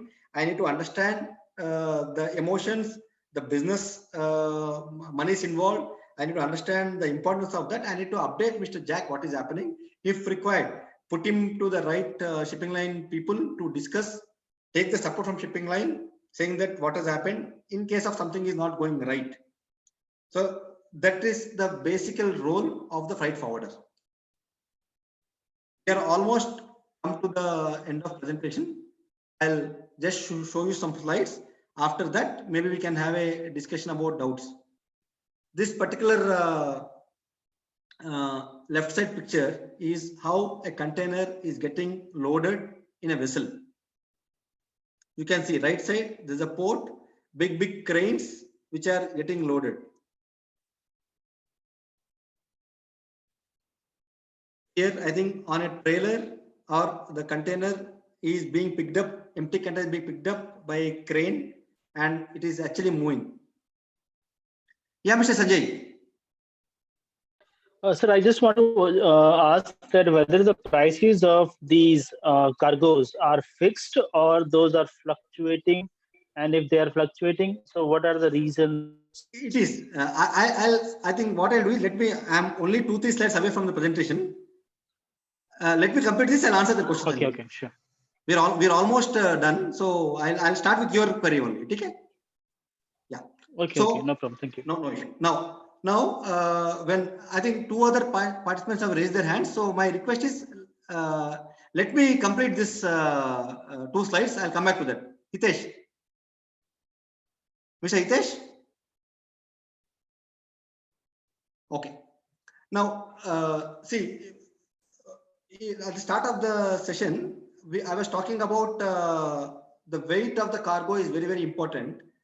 25 tons or whatever it is. What will happen is, if somebody feels that who is going to check this weight, what will happen if I'm putting another 1 ton more? How does it make a difference?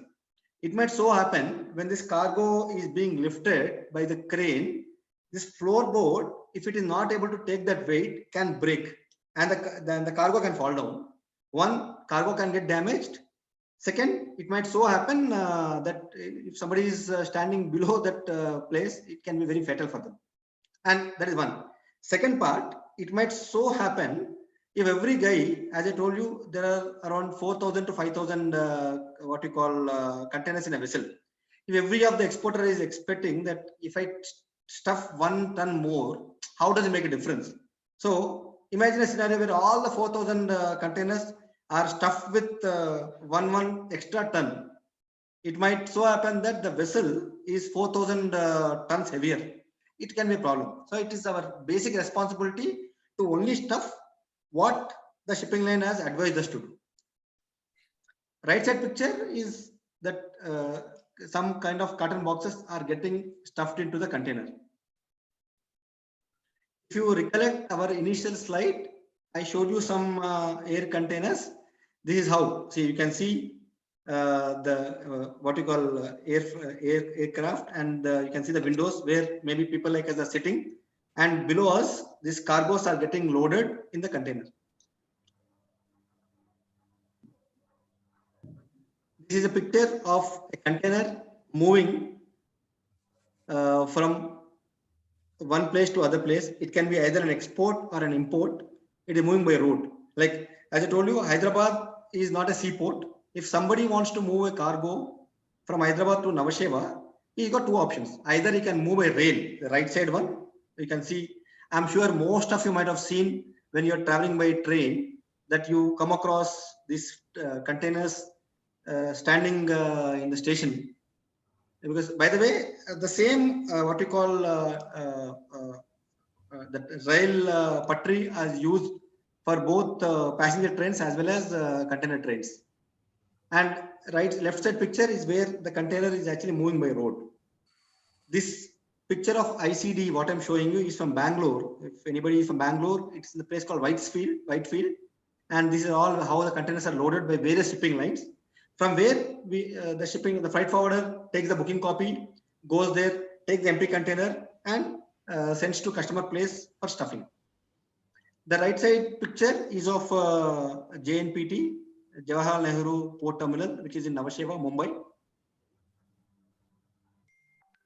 These are few video links which are available on YouTube. You can, I think this presentation will be shared to you by sir after I'm through. Already there with them. Okay, you can actually go through these links where you find how a cargo is loaded in an aircraft or how it is loaded in a container. For the matter, how it is loaded on a trailer, on a train, and how it is loaded on a vessel. I've also made some templates for both exports and imports. What are the templates required? I think even that will be there, shared by sir to you. And whenever you want to talk to us, you can call me. I can help you on that. Nothing to worry. But these are the basic documents required in the format required by shipping lines as well as customs. These templates are attached to the presentation or to the mail. You can go through whenever you're free. Okay, sir. Eagerly waiting for the question and answers. We'll come to that, sir. Now, most important, I always tell my what you call in my session is first thing. Whenever you're talking to your buyer, you're talking to the shipping line or to the CHA or to anybody, please do not take anything verbally. Please take in writing. Be the quotation, be the routing, whatever, anything related to a shipment, do not go on a verbal communication. Please take in writing. Do not compromise there. Do not have any kind of hesitance in asking them. Please put that in writing and give it to us. Be it tomorrow, if we are coordinating with each other, if I am giving a quote to you, please take from me in writing. Do not take anything verbal, because it's a very, very volatile field. Things will change every month, every 15 days. What is valid today may not be valid tomorrow, and it can get into a lot of problems for you. So please, it's a request. Take everything in writing. It's a suggestion from my side. Second, if you are exporting anything or you're importing anything, make it very sure. Do not compromise on the packing quality of the cargo. Ensure the cargo is packed good, because the cargo has to travel so many kilometers. It requires a lot of multiple handling. People will not be so considerate they don't, for them they're seeing lakhs of cargos. It's like a patient in a hospital for a doctor. For us, we need to take care of ourselves. So ensure that the packing quality is good. Most important, I think I was liking this statement given by Murli sir starting also. Do not compromise on insurance. Please ensure either you or your buyer, whoever it is, the cargo is insured. These are the 3 points which I want to tell everybody. Do not, these are small points, small amounts can be very big handy when actually it comes into picture. Fine, sir. I'm through with my presentation. I'll start the question answer with Mr. Sanjay's question. Is it fine, sir? Yeah, whoever is raising the hands, after we will give it the chance. Yeah, first I think let me talk to Mr. Sanjay, sir. Sanjay asked me a question. Okay. Yeah, Sanjay ji. Sir, I was just asking what are the factors which are actually making the price change in these cargo, whether the sea cargo or the air cargo? Yeah, very valid question. First of all, as I told you earlier stages, I'm talking about a year back or 6 months before pandemic, the codes given by shipping lines were actually valid for a period of 28 days. Now they are cut down to 14 days many times. Now, coming to your point, parameters are, see how strong is that shipping line to that sector, or the airline to that sector. Second, what is the what we call the pressure, or what is the kind of cargos waiting to go to that particular place? Like there's a lot of demand for the particular cargo to go to one particular place, and the space is limited for the airline shipping line, the rates will go up. Third, availability of the, if you talk about sea, availability of the containers. Suppose you want to ship, you want to execute a shipment now, but you don't have boxes available in that particular city. Okay. Now these are the 3 major things which will influence the rate. I'll give an example. Like Hyderabad is predominantly a what you call 40 feet container market. We don't have much of open tops in Hyderabad. I'm just giving an example. Now imagine a scene where an exporter wants to move a cargo through open top. As a freight forwarder, I need to get these containers from available place, which is either Mumbai or Chennai. That adds to the cost. Okay, thank you, Mr. Sanjay. Mr. Sanjay, okay. Thank you. Yeah. Sudhir. Sir. To the point, because many questions will be coming. So okay. Of the time. So to the point, answer. Sir, how much is the CHA charge for handling this customer? Sir, I'll tell you, sir. On an average, CHA will charge only around 4,000 to 5,000 for clearance. Okay. If it's a normal cargo. And sir, in case of freight payment, that for freight payment has to be done to CHA or directly to the shipping line? Sir, I'll tell you. See, most cases, shipping lines will not entertain the customer directly. That's why freight forwarder in the picture. So you will be paying to the freight forwarder, and freight forwarder will pay to shipping line. Okay, so freight forward will be charging for whole thing, like for loading the material in the vessel and then the freight from one port to another port.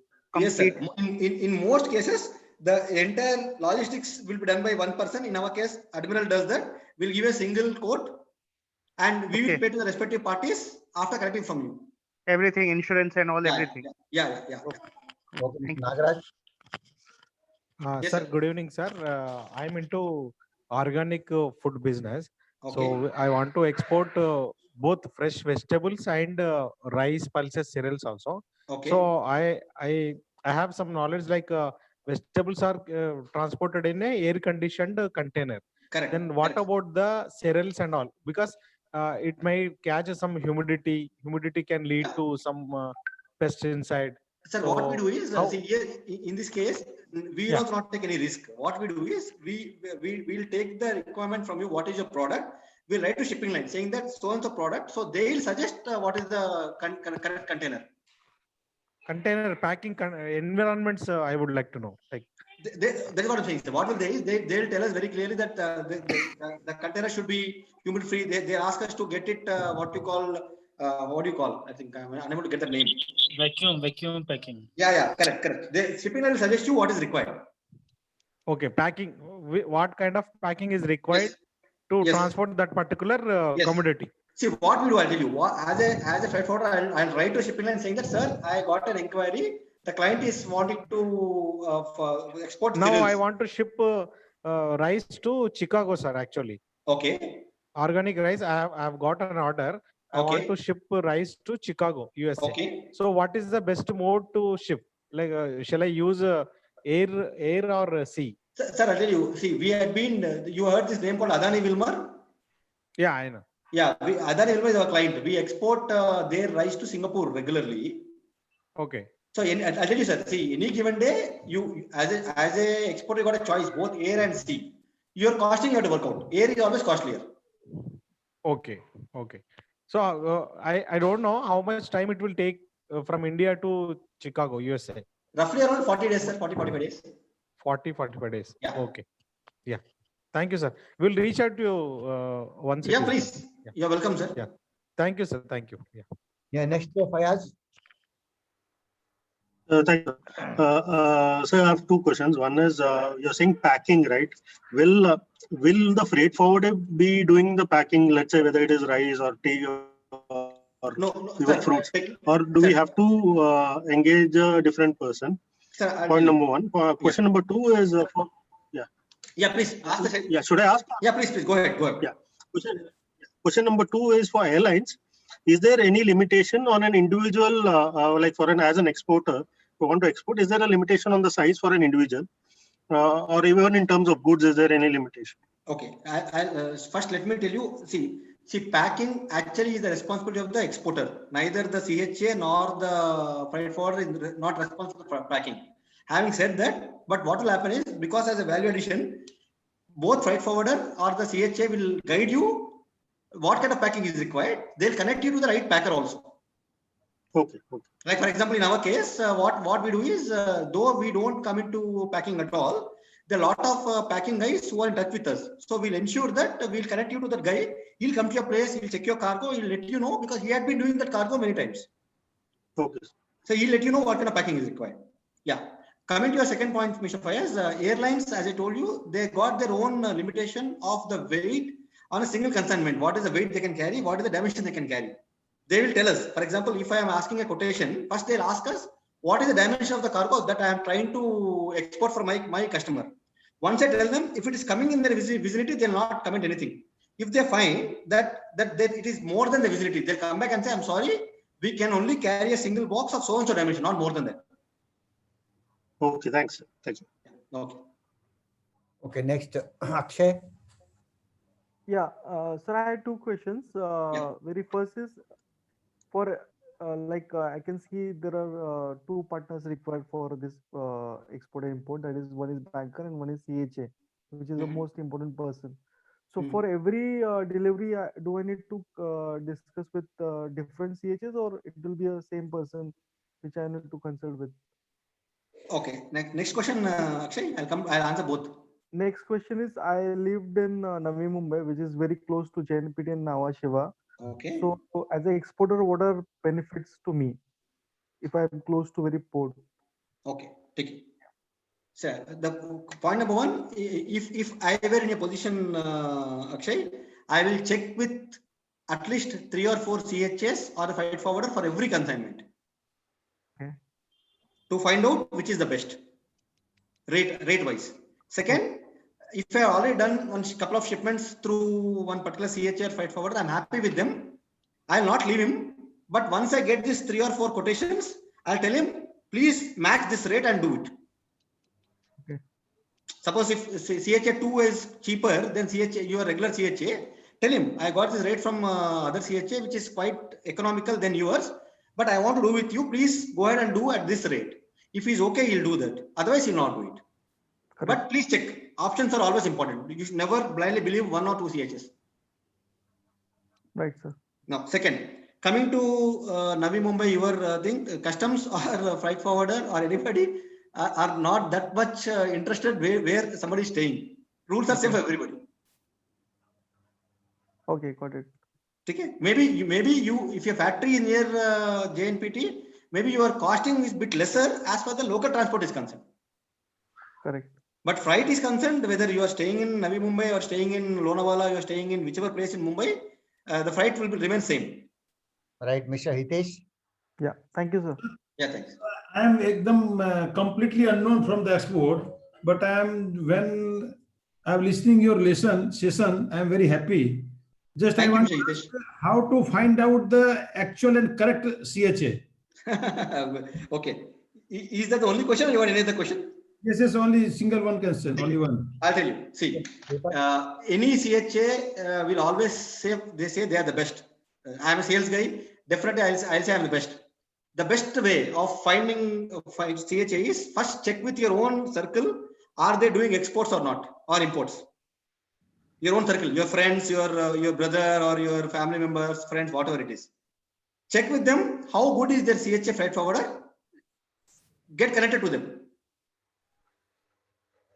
Okay. That is one. Second, go through the websites of the CHS, find out how long they are available. The more in the business, the more experienced they are. How many branches they have got? The more branches they have got, they are more established. How many countries they are in? The bigger the network, that means they have been doing quite well. Look at their clientele. Or ask the CHA, if you have handled my kind of product, who are the clients who are handled?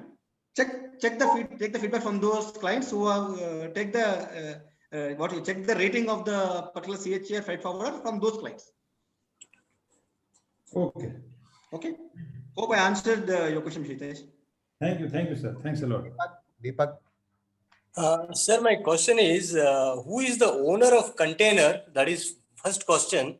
And second question is how to understand the seaworthy packing and how to certify that my packing is perfect and I will get any claims if any damages happen if my packing is okay. Okay. Now, Mr. Deepak online, correct? Yeah. Yeah. Mr. Deepak, first answering your first point, see, most of the shipping lines are the owners of the containers. Like whoever has got the vessels, they also has got the containers. There are also somebody called NVOCC. They are called non-vessel operating container carriers. They only own the boxes. They don't own the vessels. Am I clear or I'm confusing you? No, that's okay. But what will happen is this particular it does not make a difference for the exporter whether the guy who is having a vessel is having the container or not, because everybody is interlinked. If you open a vessel, the vessel may be owned by Musk and it is moving from say Navasheva to say Jabalali. It is carrying containers of various other shipping lines also. There is agreement with everybody. Okay. It does not only carry vessels, containers of Musk only in a Musk container, Musk vessel. There's a combination. If the picture what I showed you that OCL, if you zoom it and see, you will have easily around 7 to 8 companies you can find of different containers. Okay, my query just was linked to if any shipping line is short of containers, so they manage it. Yeah, correct. They manage it. No, they don't manage it. We need to manage the other shipping line. Okay. And there are also something called SOC, shipper owned containers. There are few shippers. They actually bought their own containers and they have got agreement with the shipping lines to sell their containers also. It's called SOCs, shipper owned containers. Okay, Mayank. Second question, sir. Sir, my second question is not answered. Can you please repeat once again? I think I missed that question. I forgot what you asked actually. Yeah, my second question was, since I am doing packing to what my understanding is as seaworthy, and in terms of claims, if any damage happens to my consignment, what is the best way to understand what is the right type of packing for that particular consignment? See, what we can do is generally when you say, see, it all depends on the cargo type. We always suggest two things. One is when we are actually making this wooden what you call boxes, they're always safe. The problem happens when you are actually sending it in a carton boxes because they can get crushed when put one over the other. So wooden boxes are always better. And now we have also got lot of quality packing in the market. Other option is you can get in touch with the packing guy who had been doing. Ask them what is the cargo they have done and what kind of packing they have done. No, that's fine. My question is, if everything is done fine, and but the other end damage happens in for the reason of poor packing, or maybe the packing was not sustainable. See, coming to that, coming to insurance Marine part, insurance. Marine insurance. Insurance part, it all depends upon what kind of insurance you have taken. If they have actually talked about packing in that, but I'll tell you, my experience says that most of the issues are not with the packing damage. So most of the exporters whom I'm dealing with, they are well versed, and the packing, the buyer himself will tell what kind of packing is required.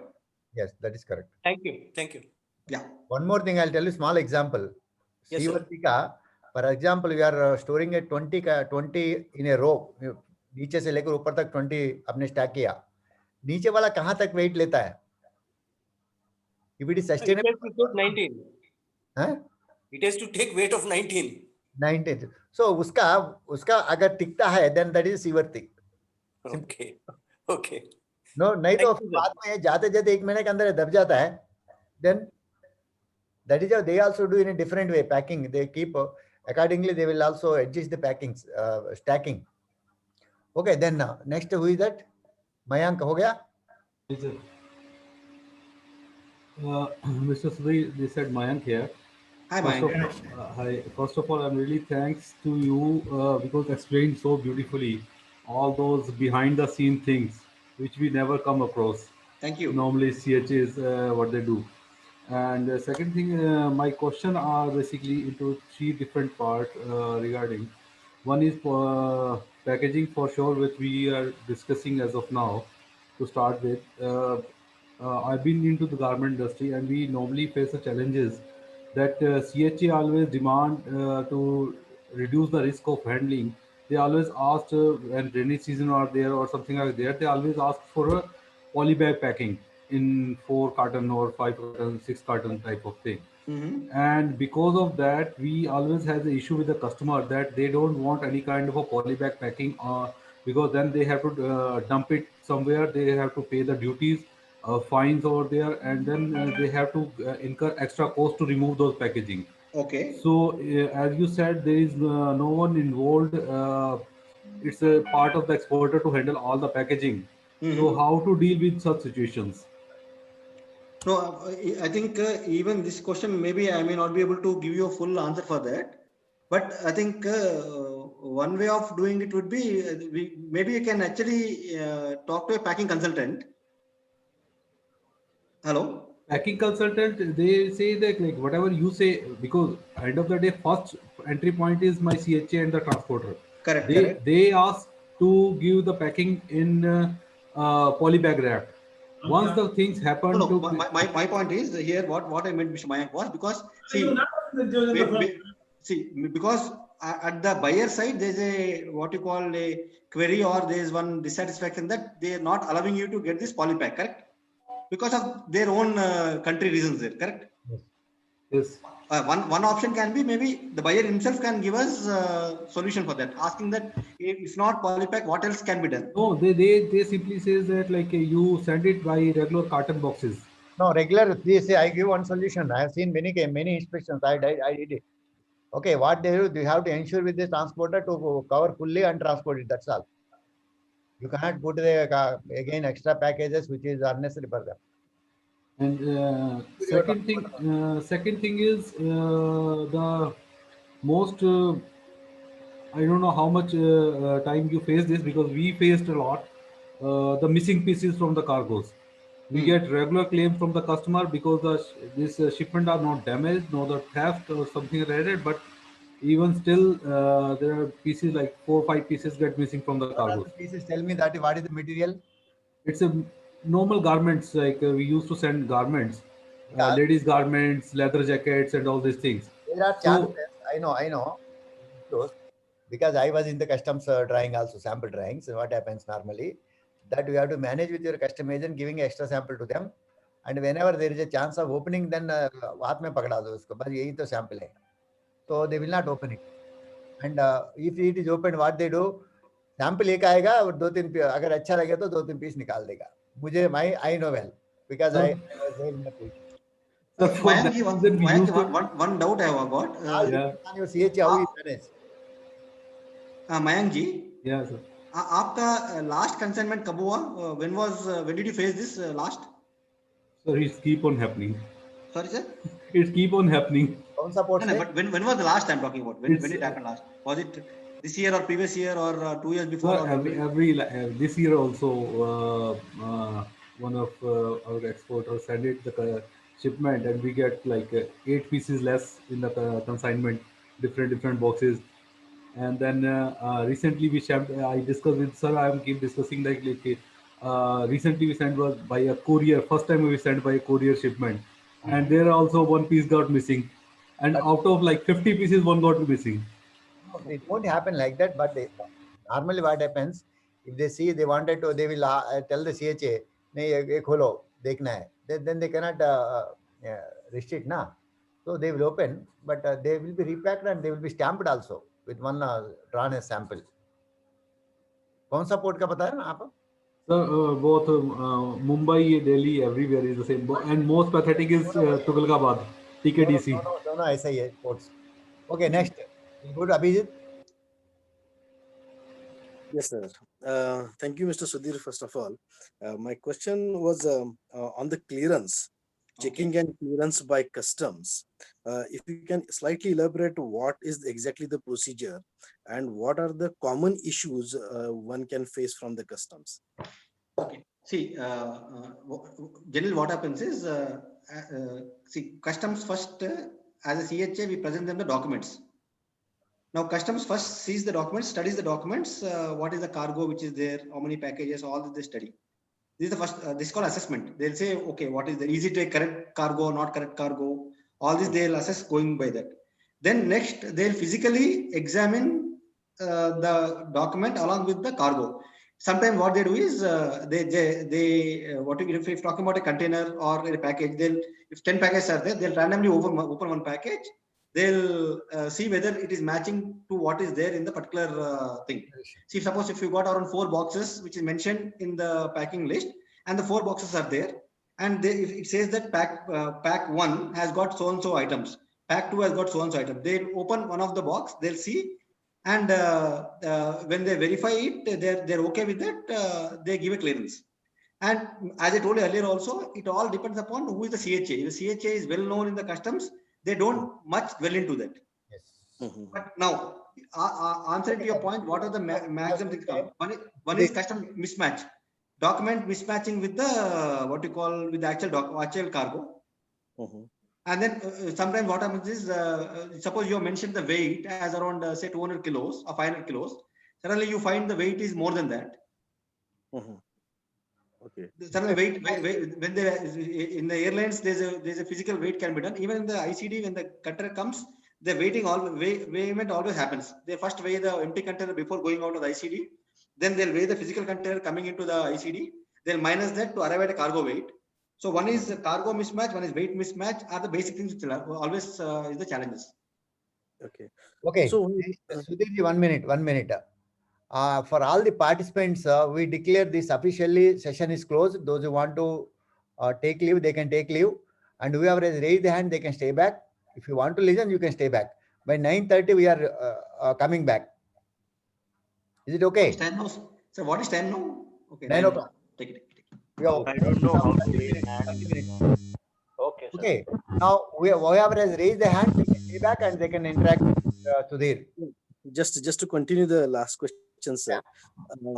Even the 40 feet now, means what I understood is that if the containers, if it is a full load, it will be sent to our place, where it will be packed and put in the container, and then we will send it back near to the port. Then the CHA will take control of that for the clearance. Now, presuming that the whole container, say 40 feet container, is completely packed. So even though it is packed, the checking means, although they have the authority to check, they will go and check the insides of the container also. They can customs has got every right to check anything they want. Absolutely right, sir. Yeah, they can. Okay. So what they do is, when they are doing that, again we need to open the container. Again, they'll ask us to remove some part of the cargo, place in front of them. They can check, and again they'll put it back. Okay. Now answer to your point, why this factory sealing came into picture is, it's called e-seal. It's called electronic sealing, where it's called RFID, radio frequency identification data. Data is captured through e-seal to the customs. So if they have got any doubt, it's a normal. See, a lot of things are very common. Like suppose if you are going to airport, the confiscation, what they do, if they want to open, they can open anything and see. So you cannot stop the customs doing that actually. As in, again, I told you, it all depends upon CHA is well known, they don't much bother into that. Or exporter is well known, they don't much bother into that. Yeah, unless something suspicious is found in that. Okay, Mr. Balaji. Last question, sir. Mr. Balaji. This is Balaji from Hyderabad. I have one question. If we are having the two different buyers for the same shipyard, we should go for full container or part container? No, I didn't understand. You are saying that you got two buyers. You are saying two importers. Yeah. Then no, should I go? If you are actually one container, you can only send to one importer, not two importers. Okay. Based on your cargo volume, whether you require a full container or a half container or a part container or quarter container, you can decide based on the volume. But you cannot send one container for two importers. Okay. Okay, Alpesh. Yeah, thank you, sir. Sudhir, just simple questions. Do you have a service in the Mundra port or Hazira Surat port? Sorry, your voice is not clear. What you said? Do you provide the service in Mundra port or Hazira Surat port? Yeah, I'll tell you. Wherever we have got our branches, we do directly. Wherever we don't have branches, we are associated with an association called WCA, World Cargo Association. We do it through a network. Okay, thank you. Okay. Prince. Good evening, sir. So I had one question. Like in case we are planning to export edible oil in bulk. Say suppose there are SS containers of 3,000 liter. So suppose if the buyer is saying ki, I want it in that container, so can we send it in the SS container, and how should we get the container back? Like the container, once it gets emptied, so how can we do that, and can we go ahead with that? Yeah, see, I'll tell you, what we do is we talk to shipping line, and shipping line has got the facility, they do. But in Hyderabad, I think it's difficult. You are from which place? I am from Nagpur, sir. So Navasheva we can do. See, I'll tell you, all these special kind of containers are available in the ports, not in the normal ICDs. Okay. So where is your factory available or office at Nagpur? In Nagpur itself, sir. Okay, then I think we need to move the container from Navasheva to your place and get it done. Okay, so we can get the empty vessel back. I didn't get you. Empty vessel back in the sense, I didn't get you. No, he has a special vessel, special container for their product. See, otherwise, what can't you do? Is it has to be travel only in the particular vessel, or can you make it even a flexi tank also? Sir, like the issue was the main cost we were saving on packaging. Like if we make one container, SS stainless steel container, so the purchaser can empty it and we can get it back, so that we can use it multiple times instead of the disposable container. No, are you talking about SOC shipper own container? Hello. Sorry, sir. You're talking about SOC, yeah? Shipper owned container? No, sir. No, the exporter owned container is talking. Yeah, that is called shipper owned. SOC, it's called shipper owned container.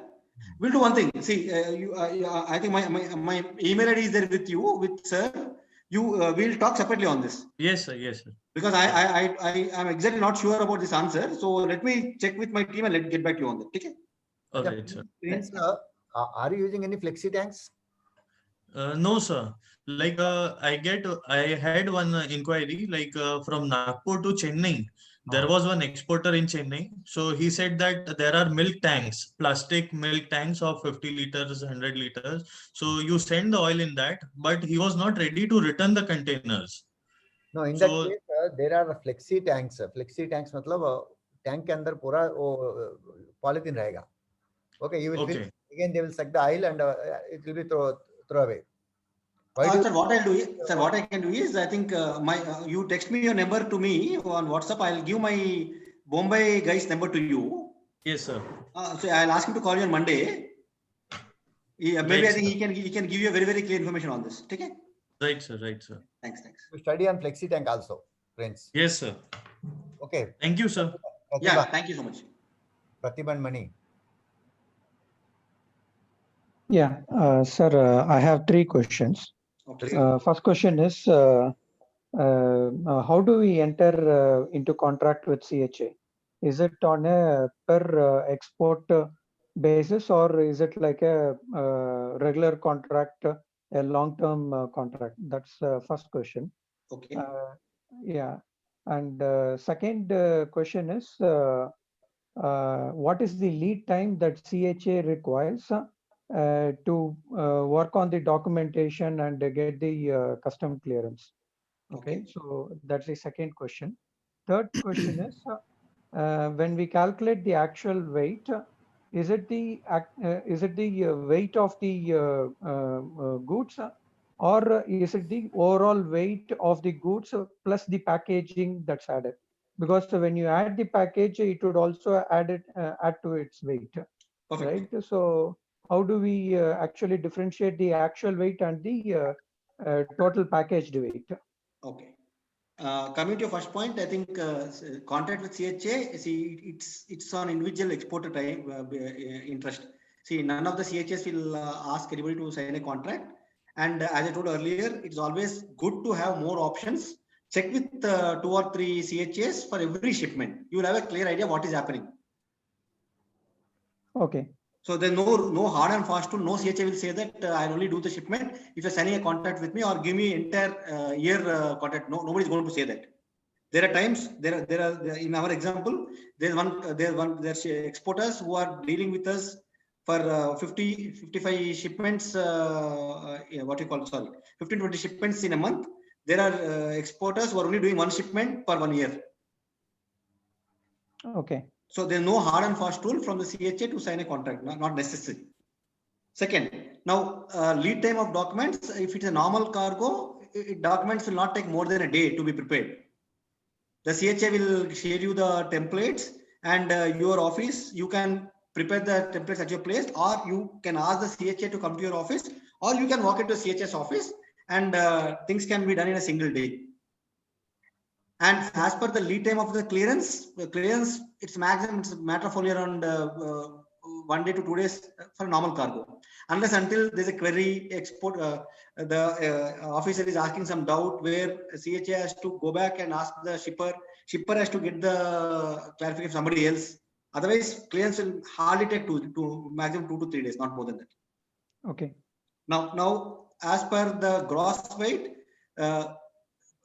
it is the weight of both your goods and packaging. The shipping line will consider them in totality. They are not that much bothered about what is the exact goods weight and what is the packing weight. For them, the total weight matters. Gross weight. Okay. Okay. It's called gross weight. Though we have to declare, when you are declaring the document, you have to declare net weight also. But shipping line, if I am saying 25 tons is the payload, that means the maximum maximum load which can put in a 20-feet container, you're talking about as for 25 tons, or inclusive of the packaging and the goods can be 25 tons. Right. Okay. Thank you. Thank you, Mani. Last hand up on Mr. Hitesh, I think second time. Are you there, Hitesh? First it was right hand, now left hand. Fayaz is done. So I had one question. Just out of curiosity, can an exporter actually go to where the this thing is loaded? That is to you the. can. You can. You are welcome. Okay, Lijo. Sir, Sudhir sir, I'm Yeah. Lijo with you from Kerala. How is your city, Kerala? Beautiful city. Yes, very good. Thank you for your valuable session. Thank you. And I would like to know that your branch is available in Kerala or what, sir? We are not in Kerala, but we can help you. Can I get any contact number or something like that? I can. Maybe I think what you can do is you can share your query to me. So I'll ask one of my counterpart in. We work with 4 or 5 top agents there. Okay, in Cochin or what, sir? Yeah, Cochin. Okay, sir. Then You can be in touch with us. We'll help you. Okay, sir. I will contact you. Thank you. Thank you. Okay. Okay, sir. Fayaz, over. Okay, then see you at 9:30. Yes, over. Sudhirji, for the excellent session. Thank you, sir. Good session, Sudhir. Thank you, Sudhir sir. Thank you, Sudhir sir. Thanks a You lot. work for in Delhi as well. You have a branch in Delhi. No, we don't have in Delhi, sir. We are there in, but as I told you, we work with top agents in Delhi. We can help you there. Thanks a lot, Sudhirji, and thanks a lot to Mr. Rao. I oblige you all ever, sir. Thank you. Thank you, sir. Thanks Thank for you, hearing Sudhirji. me. Thank you so much. Thank you, sir. Have a nice weekend and happy New Year to all of you. Thank you. Wish you the same. Thank you. Happy New Year, sir. Same, sir. Happy New Year. Thank you. Hope 2021 will be far better than 2020. We hope like that, definitely. sir. We hope like We that. all require that. We all require to be a much better 2021. Yeah, Sir, that's true. after this training, this will be. Yeah, very true. Thank you, sir. Thank you so much. Thank you, sir. Okay, friends, see you by 9:30. Yes, Okay, sir. sir. Excuse me, I'm signing off. Thank you so much. Okay, thank you, Sudhirji. Thanks वैसे a lot. ये 10 number में लिखा है कि बे प्रकार राम मंदिर ना चित्र ये हाँ अच्छा Sir, excuse me, I have a question. आया कब आया देख वो पत्र क्या वो जरा बात साथ देना वही है साहब लंच डिनर टाइम है सर ब्रेक है 9:30 को मिलना है We are meeting at 9:30.